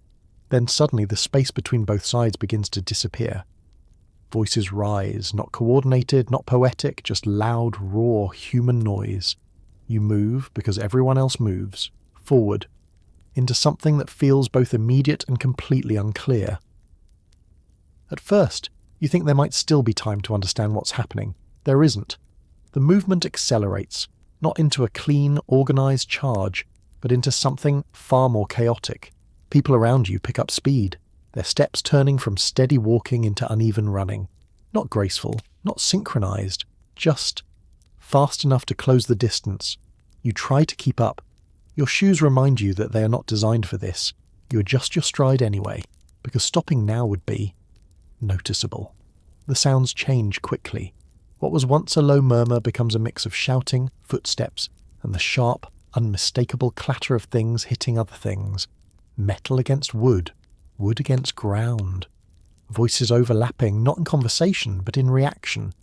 You grip what you're holding tighter, not because you know what to do with it, but because letting go feels like a bad decision. The distance closes faster than you expected. One moment, they are across the field. The next, they are right there. Faces, expressions, movement. Close, very close. You don't have time to process who is who. There are no uniforms, no clear labels. Just people, like you, moving, reacting, trying to do what they believe is necessary. Someone rushes past you. Another stops suddenly, turning, raising something, then lowering it again as if reconsidering the entire situation mid-motion. You step forward, then sideways, then forward again, because there is no straight path here, just space that keeps changing. You hear a shout near your left ear, loud enough to make you flinch. You turn slightly, catching a glimpse of two men pushing against each other, their movements more about force than technique. There's no elegance, no choreographed precision, just effort. Raw, immediate effort. You take another step, and suddenly you're closer than you want to be to everything. You raise what you're holding slightly, not aggressively, just defensively, like someone holding an umbrella in a storm they didn't expect. Something brushes past you. You turn, too late to see exactly what. You step back instinctively, then forward again because the space behind you is filled in. There is no safe distance, only varying degrees of involvement. The noise builds. Not louder in a single direction, but fuller, surrounding you. Voices, movement, impact, all blending into something that feels less like a battle and more like a very intense argument where everyone brought equipment. You try to focus on your footing, on your balance, on not tripping over something that could immediately make your day significantly worse. You glance down briefly, dust rising, feet moving, ground shifting. You look up again. Someone is shouting, words you don't fully understand, but the tone is unmistakable, urgent, focused, directed at someone just beyond your view. You turn slightly, trying to orient yourself. It doesn't help, because everything is moving. There is no center, no clear edge, just a constant flow of action that pulls you in different directions depending on where you step next. You take another breath, short this time, because breathing deeply feels like a luxury you can't quite afford. A hand brushes your shoulder, brief, steadying. You glance over, one of your neighbours. He nods once, quick, then moves forward again. You nod back. Of course. Still your strongest skill, you follow. Not because you know where you're going, but because standing still is no longer an option. The movement carries you again, forward, slightly to the side, then forward again. You begin to understand something important. This isn't about grand strategy. Not for you. It's about staying upright, staying aware, staying just involved enough to not stand out. You adjust your grip again, your arms moving more naturally now, not from training but from adaptation. Small shifts, minor reactions, enough to feel like you belong in the motion. The intensity doesn't spike dramatically, it sustains. Constant level of activity that keeps your attention locked in place. You blink, dust, noise, movement. You're in it now, fully, and yet. There's a strange clarity underneath it all. This is not the polished, heroic version of conflict you might imagine. There are no perfect moves, no dramatic one-on-one moments that pause the world around you. Just people, close together, reacting, adjusting, trying to manage a situation that has grown far beyond its starting point. You take another step, then another, because the only way through this moment is through it. And somewhere, beneath all of this, beneath the noise, the movement, the confusion, is the quiet, almost unbelievable truth. This started with a bucket, and now you're here, Very quickly you realise something important. This is not the time to be heroic. This is not the time to stand out. This is the time to remain unremarkable. You're not here to win glory. You're here to avoid becoming a story someone else tells later. So you adjust. You stay slightly behind others. You move when they move. You stop when they stop. Your main goal becomes simple. Stay upright, stay aware, and do not accidentally volunteer for anything. You lower your shoulders just slightly, not enough to look afraid, just enough to look practical. Because the people around you aren't charging forward like characters in a dramatic painting. They're moving in bursts. Forward, pause, adjust. Forward again. It's less like a single, sweeping action, and more like waves, small surges of movement followed by moments of recalibration. You copy that? Of course you do. Someone steps forward near you, too quickly, too confidently, and immediately draws attention, not in a heroic way, in a now everyone notices you way. You watch him for half a second longer than necessary, then you decide. You will not be that person.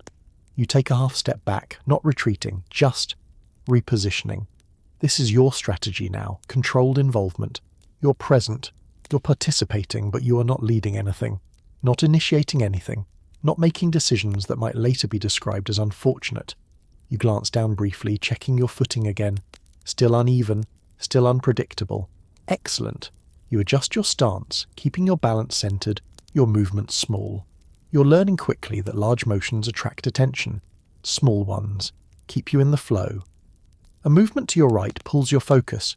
Two men pushing against each other, not gracefully, not cleanly, just trying to gain space.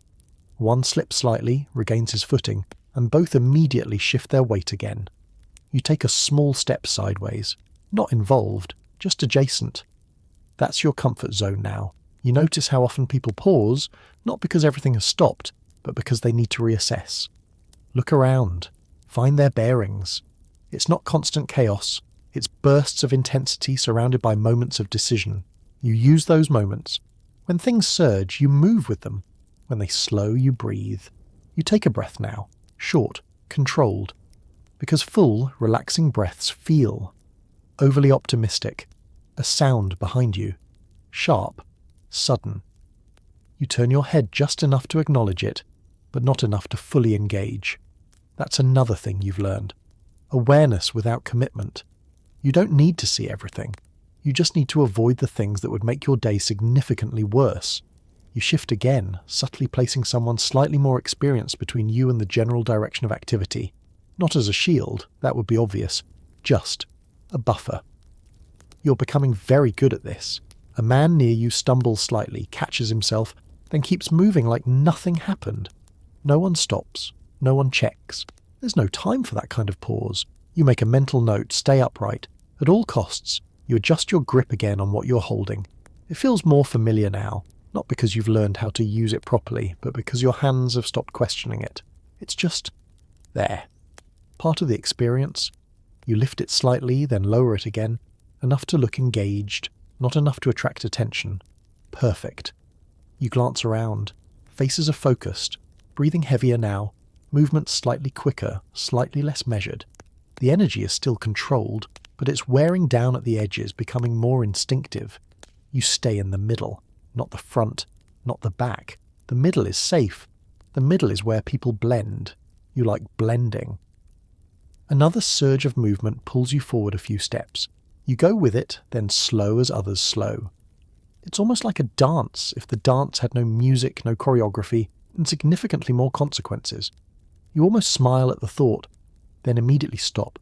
This is not a smiling situation. You take another breath, and something shifts.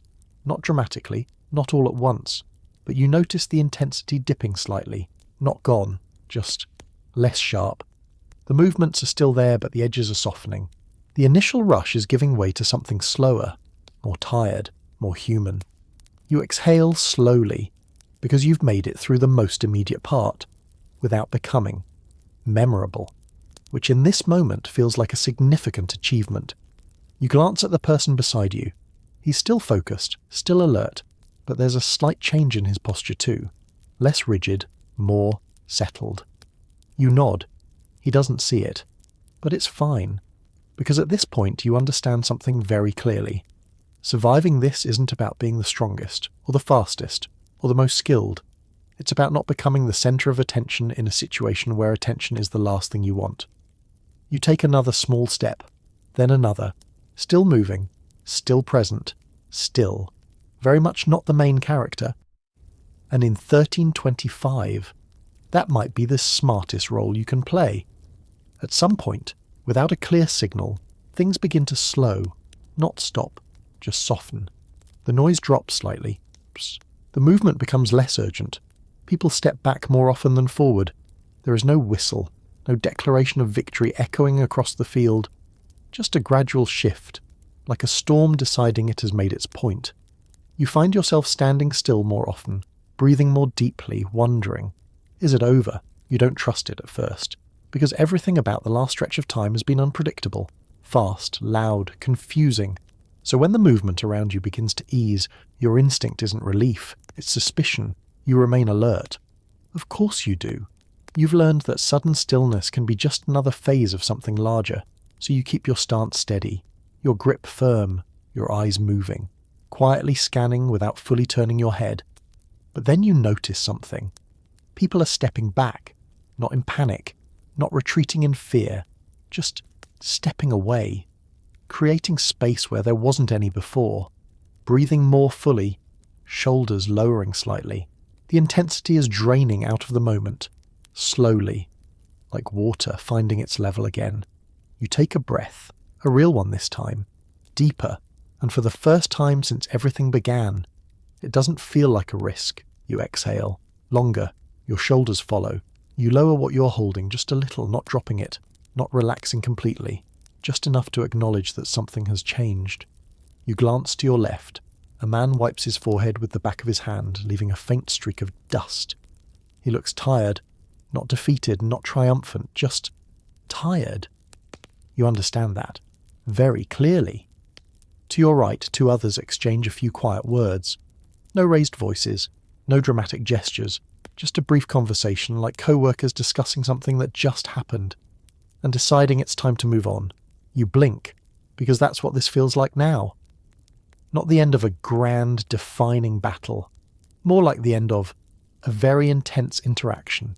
You shift your weight slightly, your legs reminding you that they've been working this entire time without much input from you. Your feet ache in that slow, steady way that suggests you'll be thinking about this later. Assuming later still exists, you look forward again. The other side, Bologna, is still there, but different now, less compressed, less focused into a single direction. People moving in small groups, some turning away, others standing still for a moment before following. It's not a dramatic withdrawal, it's a release. You realise something important. There isn't going to be a moment where someone steps forward and says, "This is over." There's no official ending, no clear boundary between conflict and conclusion, just a shared, unspoken understanding that the peak has passed, and that's enough. You lower your arms a bit more now, carefully, still ready, but less tense. You roll your shoulders once, feeling the stiffness settle in. Your body is catching up to what just happened, processing it in slow, deliberate ways.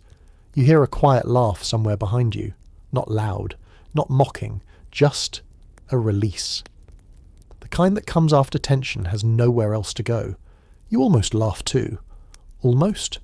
Because the entire situation, when viewed from even a slight distance, is still deeply, incredibly strange. You woke up, you had breakfast that challenged your sense of reality, you washed your face with something that may or may not have improved anything. You got dressed in layers of negotiation, you met your neighbours, and then you walked into a situation that unfolded into this, and now it's just ending. No grand finale, no clear resolution, just people stepping back, breathing again, and slowly returning to something that resembles normal. You take another breath.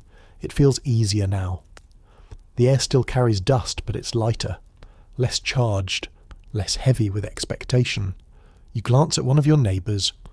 He looks at you, and for the first time all day, he smiles. Not wide, not celebratory, just acknowledging. You made it through. You nod. Of course you do, because nodding is still your strongest skill. He says something, short, calm.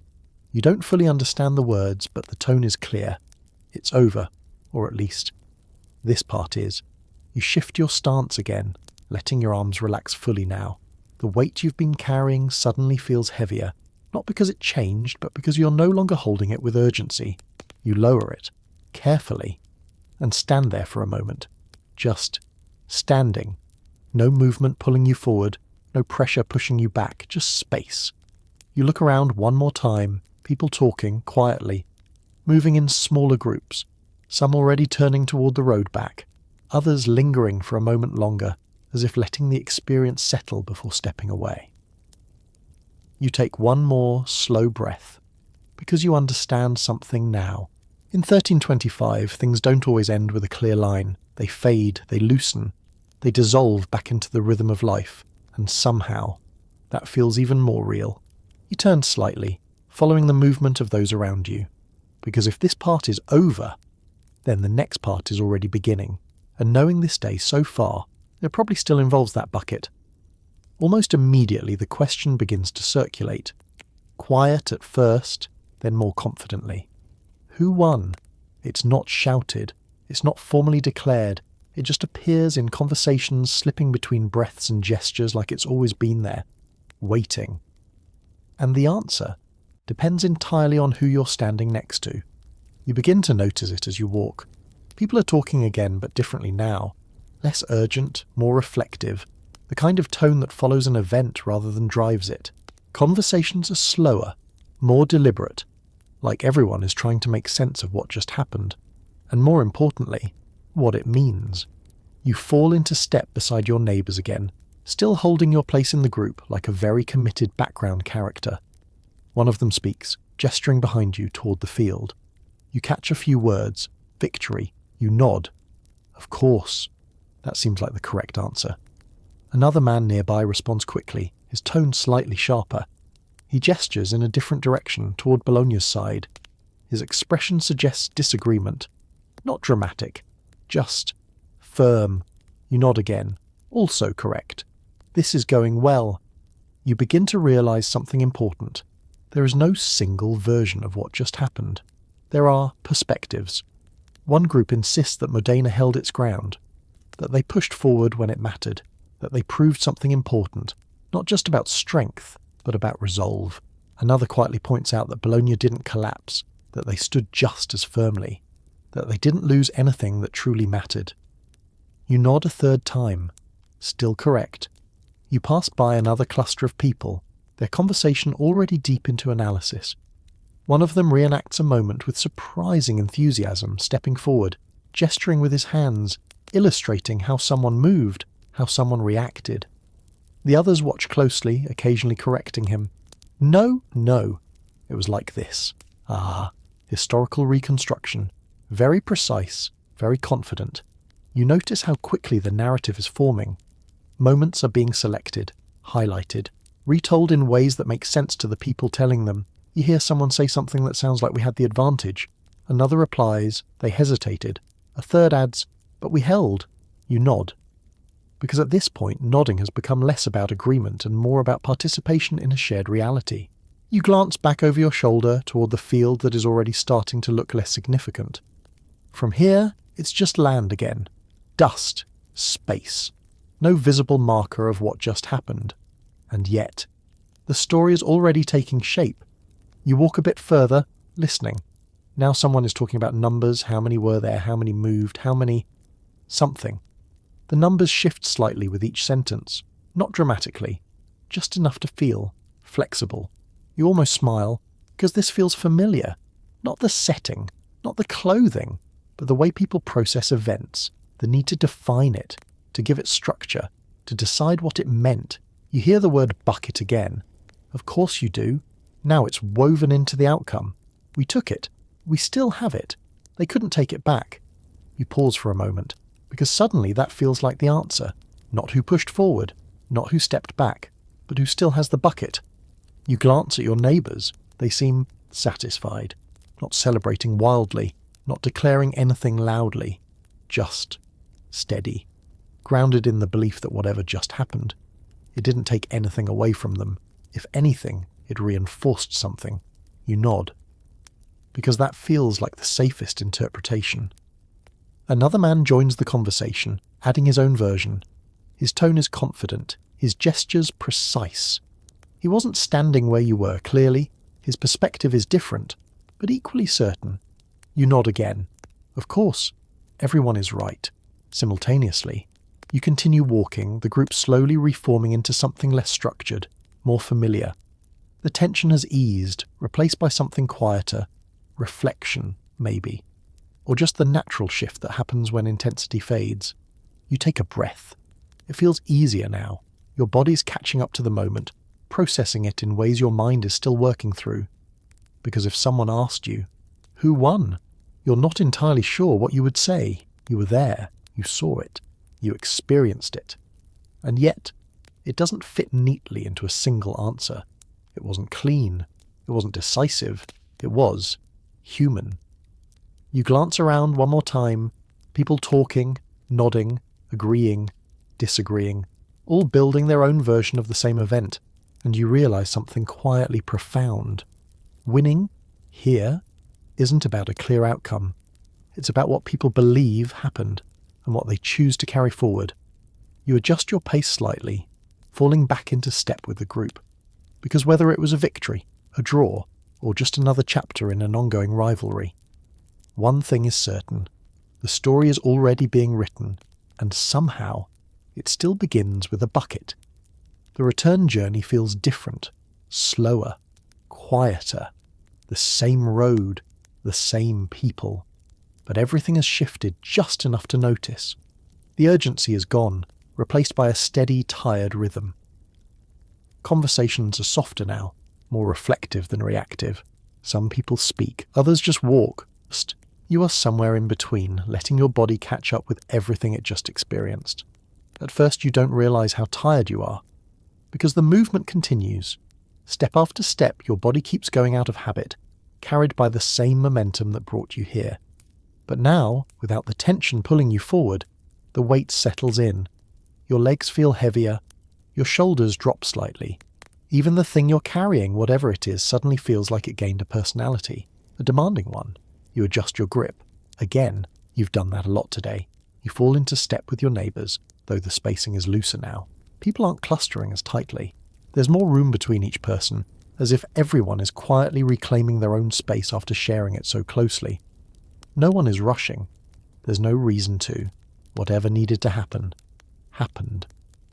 You take a slow breath. The air feels different again, less charged, less urgent, just air. Dust still lingers, but it no longer carries tension with it. It settles gently, like the day itself is starting to soften. You glance to your left. One of the men walks with a slight limp, not dramatic, just enough to notice. He doesn't comment on it. No one does. It's simply part of the return. Another adjusts his sleeve, brushing off dust with a calm, absent motion. You find yourself doing the same, wiping your hands on your already questionable clothing. At this point, everything blends together anyway. You hear a quiet conversation begin nearby, not loud, not animated, just talking. They're recounting small moments now, not the big picture, not who won, just details. He moved too fast. I almost slipped there. You saw that, right? You nod slightly, even though they're not speaking directly to you. Of course you saw that. You saw something. Probably. You continue walking. The rhythm is almost soothing now. Step, breath. Your body settles into it.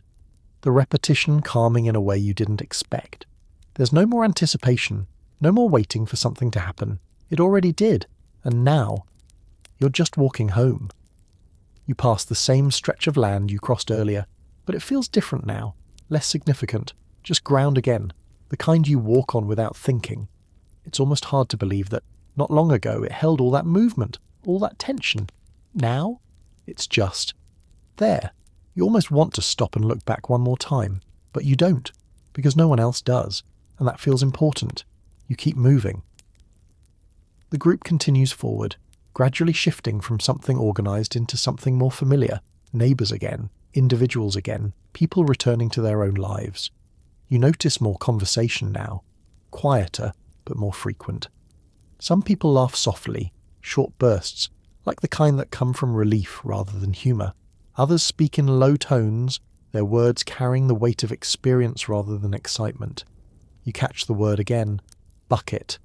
Of course, it hasn't gone anywhere. But now it sounds different, less sharp, more settled, like it's no longer the spark but the story. You nod, because that makes sense. A man beside you glances over, noticing your steady pace. He gives a small nod, acknowledgement, approval, something in between. You nod back. Naturally. This is still your strongest skill.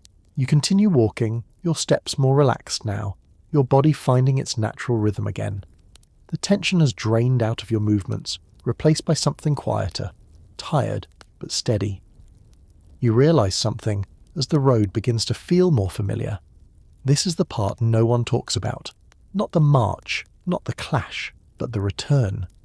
The moment where everything settles, where the noise fades, and you're left with the simple act of walking back to where you started.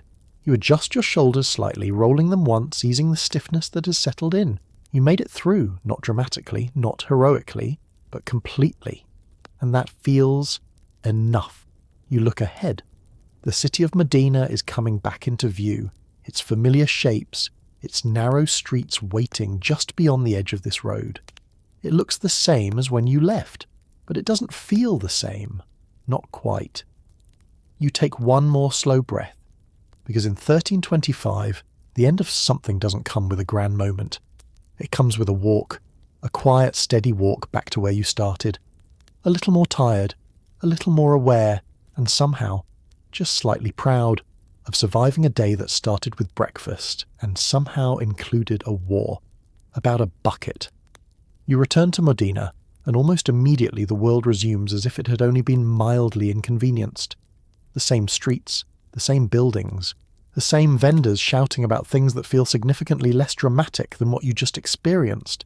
It's disorienting. You half expect someone to stop you, to acknowledge what just happened, to mark the moment in some visible way, but instead, life continues. You step back onto the uneven streets, your feet recognizing the train before your brain does.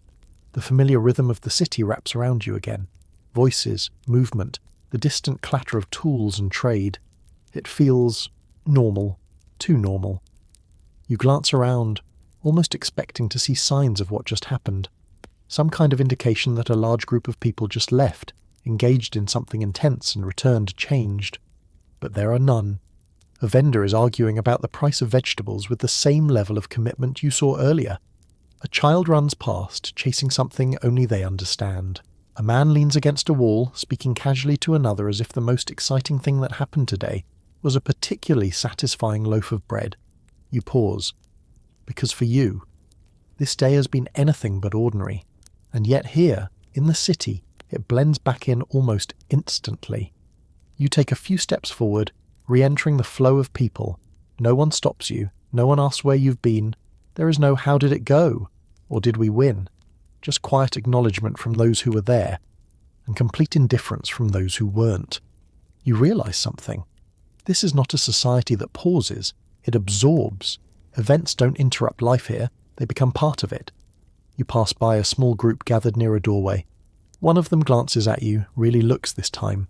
His eyes move over your clothing, the dust, the subtle signs of where you've been. He nods, just once. You nod back. Of course. This exchange says everything it needs to. You were there. So was he. No further explanation required. You continue walking. The sounds of the city settle into something almost soothing now. After the intensity of the field, this feels manageable, predictable. Even the arguments feel lighter here, contained within the familiar boundaries of daily life. You notice a woman sweeping dust from in front of her doorway. The motion is repetitive, steady, almost meditative. She doesn't look up as you pass. She doesn't need to. Her world continues, unaffected by whatever unfolded beyond the city walls. You almost envy that. You adjust your shoulders again, feeling the lingering stiffness from earlier. Your body still remembers. The tension, the movement, the effort. But the city doesn't. Or at least it doesn't show it. You pass by another vendor, this one arranging goods with careful precision. He glances up briefly, then returns to his work. There's no urgency in his movements, no sign that anything has changed. You wonder how many people here know what happened, and how many simply don't.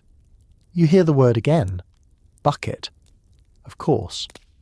It drifts through a nearby conversation, but the tone is different now, less sharp, more casual, like something that's already becoming a story rather than an event.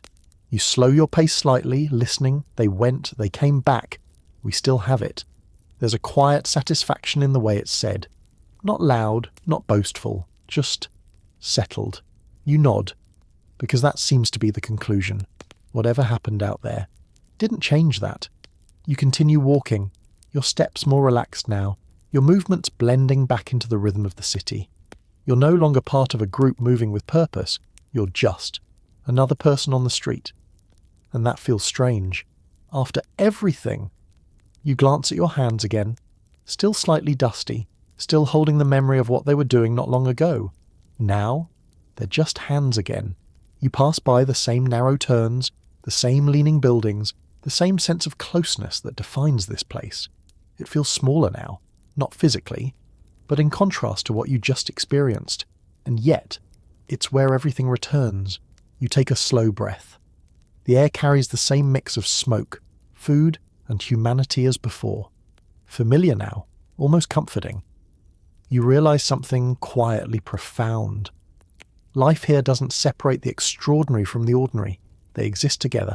A morning can begin with bread that challenges your patience, turn into a march, unfold into conflict, and end with someone arguing about vegetables. You adjust your pace again, fully settling back into the flow. Because in Modena, no matter what happens beyond the walls, the city continues, like nothing happened. And somehow, that's exactly how it's supposed to be. By the time you sit down again, everything feels different. The same food, the same setting, but your body has new priorities now. Hunger has moved from a polite suggestion to a firm demand. Whatever is placed in front of you no longer needs to impress you. It just needs to exist. And surprisingly, that's enough. You lower yourself onto the same wooden seat from earlier, your legs quietly negotiating the terms of this arrangement. They are not thrilled, but they agree. For now, the table in front of you looks familiar. Too familiar. The same bread, the same bowl, the same cup of something that insists on being involved in your hydration whether you like it or not. And yet, it doesn't feel the same. You pick up the bread. This time, you don't inspect it. You don't tap it. You don't question its life choices. You just take a bite, and something remarkable happens. It's fine, not good. Let's not get carried away, but fine in a way that feels almost comforting. The resistance is still there, of course. It hasn't changed, but your expectations have. You chew slowly, deliberately, and instead of analysing the texture like a confused food critic, you just accept it, because your body has made a decision. This is food. We are eating it. No further discussion required. You reach for the bowl. The contents shift again. That same quiet, mysterious consistency. You bring it up and take a sip. Warm. Still vaguely something. But now, it feels like exactly what you need. You take another sip, then another. You're no longer trying to identify ingredients. You're just refueling. Across from you, someone else is eating with the same quiet focus. There's no conversation at first, just the shared understanding that this moment, this pause, is important, necessary. You glance at your hands, still a little dusty, still carrying the memory of earlier. You wipe them again, this time with less concern about perfection and more focus on practicality. Clean enough. That seems to be the standard. You take another bite of bread. And this time, you don't even notice the texture as much. You're too busy noticing something else. Relief. Not dramatic, not overwhelming, just a steady, quiet sense that you've come back from something and are now allowed to sit down.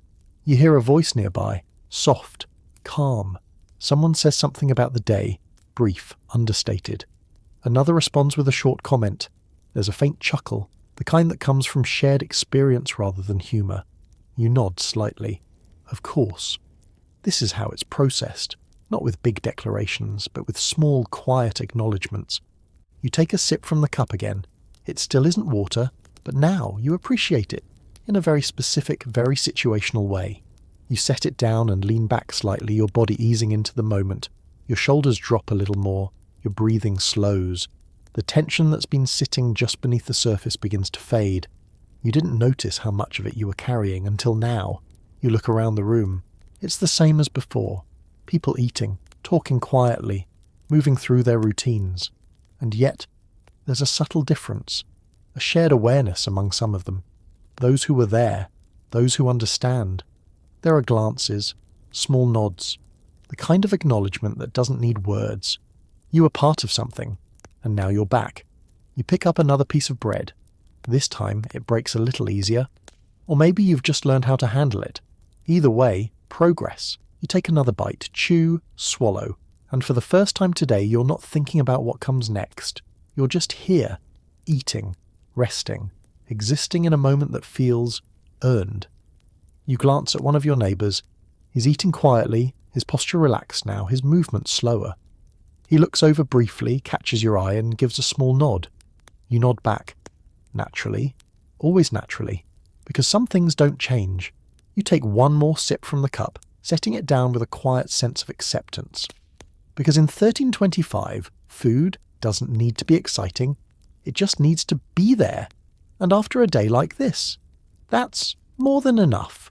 Especially when your last major activity involved walking into a conflict and walking back out of it, all over something that still, somehow, fits in your hand. As the evening settles in, the stories begin again, but now they have details, specifics, personal touches. Someone almost slipped. Someone stood their ground. Someone definitely did something impressive, depending on who's telling it. Injuries are inspected, compared, and downplayed. Nothing too dramatic. Just enough to prove participation. You listen, nodding, as the day transforms into memory right in front of you. It starts subtly. A man rolls up his sleeve. Not dramatically, just enough to reveal a scrape. It's not severe. Just a thin line of red, already drying, already becoming something that will be described later with significantly more intensity. He points to it, says something short. The others lean in slightly, inspecting it with the seriousness of people evaluating a historic artifact. One nods, another responds. You catch the tone. That's something. Not a lot, but enough. You nod. Of course. This is clearly a meaningful contribution. Nearby, another man adjusts his stance, favouring one leg just slightly. Not enough to draw immediate attention, but enough to be noticed by those who are looking. And people are looking. Because this is the part of the day where experience becomes evidence. He says something, gestures toward the field, reenacts a moment with just enough movement to suggest he was exactly where the action was most significant. Someone else corrects him, not dismissively, just enhancing. No, it was more like this. Collaborative memory building. You sit there, listening, watching this transformation happen in real time. What was chaotic and unclear just hours ago is becoming structured, organised into moments, highlights, personal victories that may or may not have occurred exactly as described. You hear someone say something that draws a small reaction, a brief laugh, a few nods. You catch the rhythm of it. A near miss, something that could have gone badly, but didn't. These are the best stories, close enough to be dramatic, safe enough to be told comfortably. You nod again, because this is now your role: witness, listener, professional nodder. Across the room, someone is showing a bruise, not aggressively, just presenting it. There's a small gathering around him now, people leaning in, offering quiet commentary. The bruise is already shifting in colour, a subtle blend of impact and time. He gestures as he speaks, describing how it happened. His hands move confidently. His voice carries certainty. Whether the bruise came from exactly that moment is less important than the story it now supports. You take another bite of bread. It still tastes acceptable. Progress continues. You glance around again. More stories, more gestures, more small reenactments. You notice how no one is claiming anything outrageous. No one is declaring themselves the hero of the day. The scale remains believable, personal, grounded in moments that feel real, even if slightly polished. This isn't about glory. It's about participation. Proof that you were there. proof that you moved, reacted, endured. You look at your own hands again. No visible injuries. You consider this. Is that good? Yes, very good. But also slightly less useful for storytelling. You think about it for a moment, then decide that surviving without becoming part of the injury demonstration segment is, in fact, the best possible outcome. You nod to yourself. Correct. A man nearby begins retelling a moment with more energy now. His audience has grown slightly, drawn in by the rhythm of his voice, the clarity of his gestures. You catch pieces of it. They came forward. We held. There was a moment. Ah, yes. The moment. Every good story has one. The others listen, occasionally adding small confirmations. Yes, I saw that. That's true. Building a shared version of events that feels both individual and collective at the same time. You take a sip from your cup. Still not water, still acceptable. You set it down and lean back slightly, letting the sounds settle around you. This is how the day ends, not with silence, not with reflection in isolation, but with stories, shared, shaped, and gently expanded into something that will last longer than the moment itself. You realize something quietly. This is how memory works here. Not written down, not recorded, but spoken, repeated, adjusted with each telling until it becomes something stable, something everyone agrees on, more or less. You glance at your neighbours. You glance at... They're relaxed now, shoulders lowered, movements slower. The intensity of earlier replaced by something softer, familiar, human. You nod once more as another story reaches its natural conclusion. A few smiles, a quiet laugh, a shared understanding that this day, however strange, however intense, has now moved into the past. And as you sit there, listening, chewing, breathing a little easier, you realise that in 1325, you don't just survive the day, you tell it, again and again, until even something as unlikely as a conflict over a bucket starts to sound completely reasonable. As darkness settles over Modena, the energy of the day slowly drains away. The streets grow quieter, the conversations soften, and the city begins to exhale. The same place that felt loud, tense, and full of movement now feels slower. Dimly lit by torches and fading light, everything takes on a softer edge. You feel it too, the weight of the day settling into your body, pulling you gently toward rest. You step outside briefly just to feel the shift. The air is cooler now, not dramatically, but enough to notice. The warmth of the day has faded, replaced by a gentle chill that moves through the narrow streets like it belongs there. The sounds are different too, fewer voices, fewer footsteps, more space between everything. It's almost peaceful, almost, because this is still medieval Italy, and peace here comes with a few conditions. You walk slowly, your steps quieter now, your body no longer trying to keep up with anything. The urgency is gone. The city has settled into its nighttime rhythm, doors closing, conversations fading, small pockets of light glowing from inside buildings. You pass by a doorway where a family sits together, speaking softly. No tension, no urgency, just presence. The kind that feels earned after a long day. You nod slightly as you pass. They nod back. Of course. Even at night. Nodding remains essential. You continue on, noticing how the shadows stretch differently now. The buildings, already close during the day, seem to lean in even more at night, narrowing the world into something smaller, more contained, more manageable. You like that. You take a breath. The air smells different. Less smoke. More cool stone. A faint trace of whatever was cooked earlier still lingering in the background. It's not fresh in the modern sense, but it's calmer. You hear a sound to your left, a small movement. You turn your head slightly. A rat. Of course. It pauses, looks at you with complete confidence, then continues on its way like it has a schedule to keep. You nod. Respect. You keep walking. Because nighttime doesn't stop everything, it just rearranges it. You notice fewer people now, but those who are out move with purpose. A man carrying something under his arm, a woman closing shutters with practiced ease, someone adjusting a torch, the flame flickering as it catches the night air. You realize something. This is the quiet version of the same city, still alive, just softer. You turn back toward where you're staying, your steps slower now, your body finally allowing itself to feel the full weight of the day. Your legs ache, your shoulders are tight, your feet have opinions, strong ones. You step inside. The space feels warmer than outside, the lingering heat of the day held in by thick walls and low ceilings. It's not cozy in the modern sense, but it's familiar now. You sit down, carefully, because your body has begun to negotiate new terms. You stretch slightly, testing your range of motion. Everything works, but with commentary, quiet complaints from muscles that were very involved in today's events. You nod, fair. You look around the room, dim light, rough surfaces, the same environment you woke up in. But now it feels different, less confusing, more yours. You hear distant voices still, soft fading, part of the background now rather than the focus. The city isn't asleep yet, it's just winding down. You lie back slowly, letting your body settle into the wooden suggestion of a bed once again. It's not comfortable, let's be honest. It's still a plank with ambition. But after today, it feels acceptable. You adjust your position, finding a spot that works just enough. Your body relaxes in stages, shoulders first, then legs, then the slow release of tension you didn't realize you were holding. You take a breath, deep, for the first time all day, and it feels safe.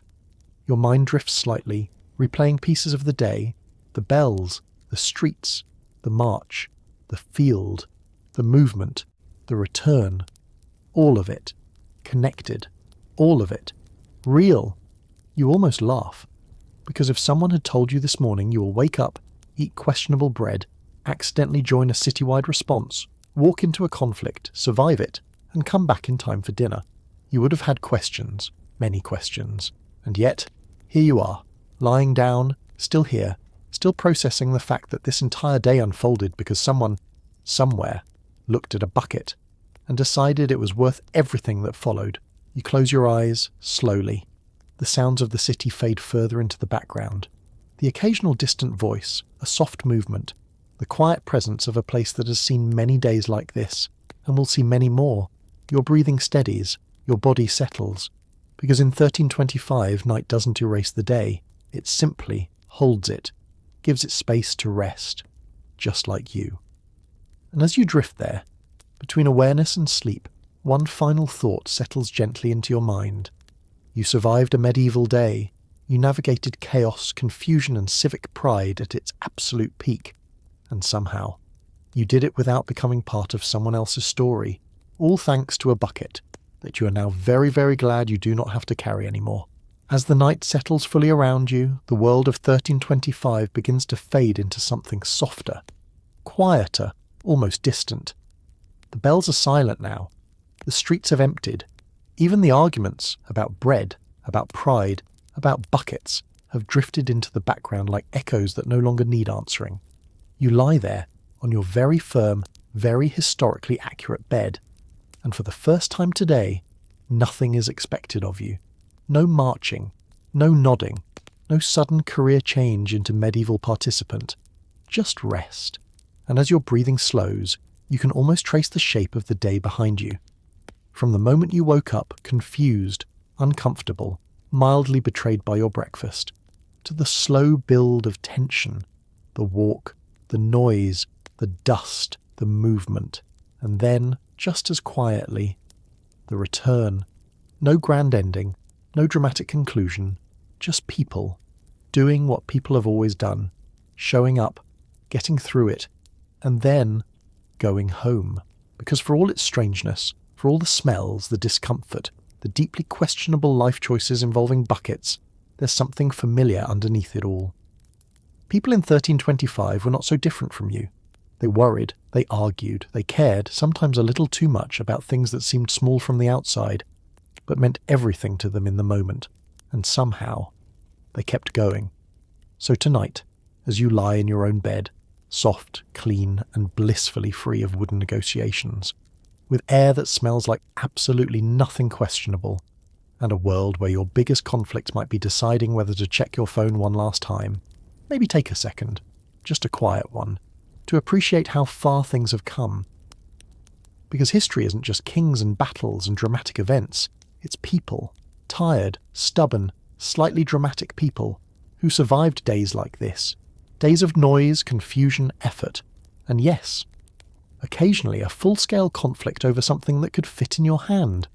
And now, you can rest. No bells, no marching, no buckets, just the quiet, steady rhythm of your breath, and the simple comfort of being exactly where you are. So let your thoughts slow down, let the day drift away, and as sleep gently takes over. Just remember, history may be strange, a little chaotic, and sometimes deeply, wonderfully ridiculous, but it's also proof that people have always found a way to make it through, even on days like this. Good night.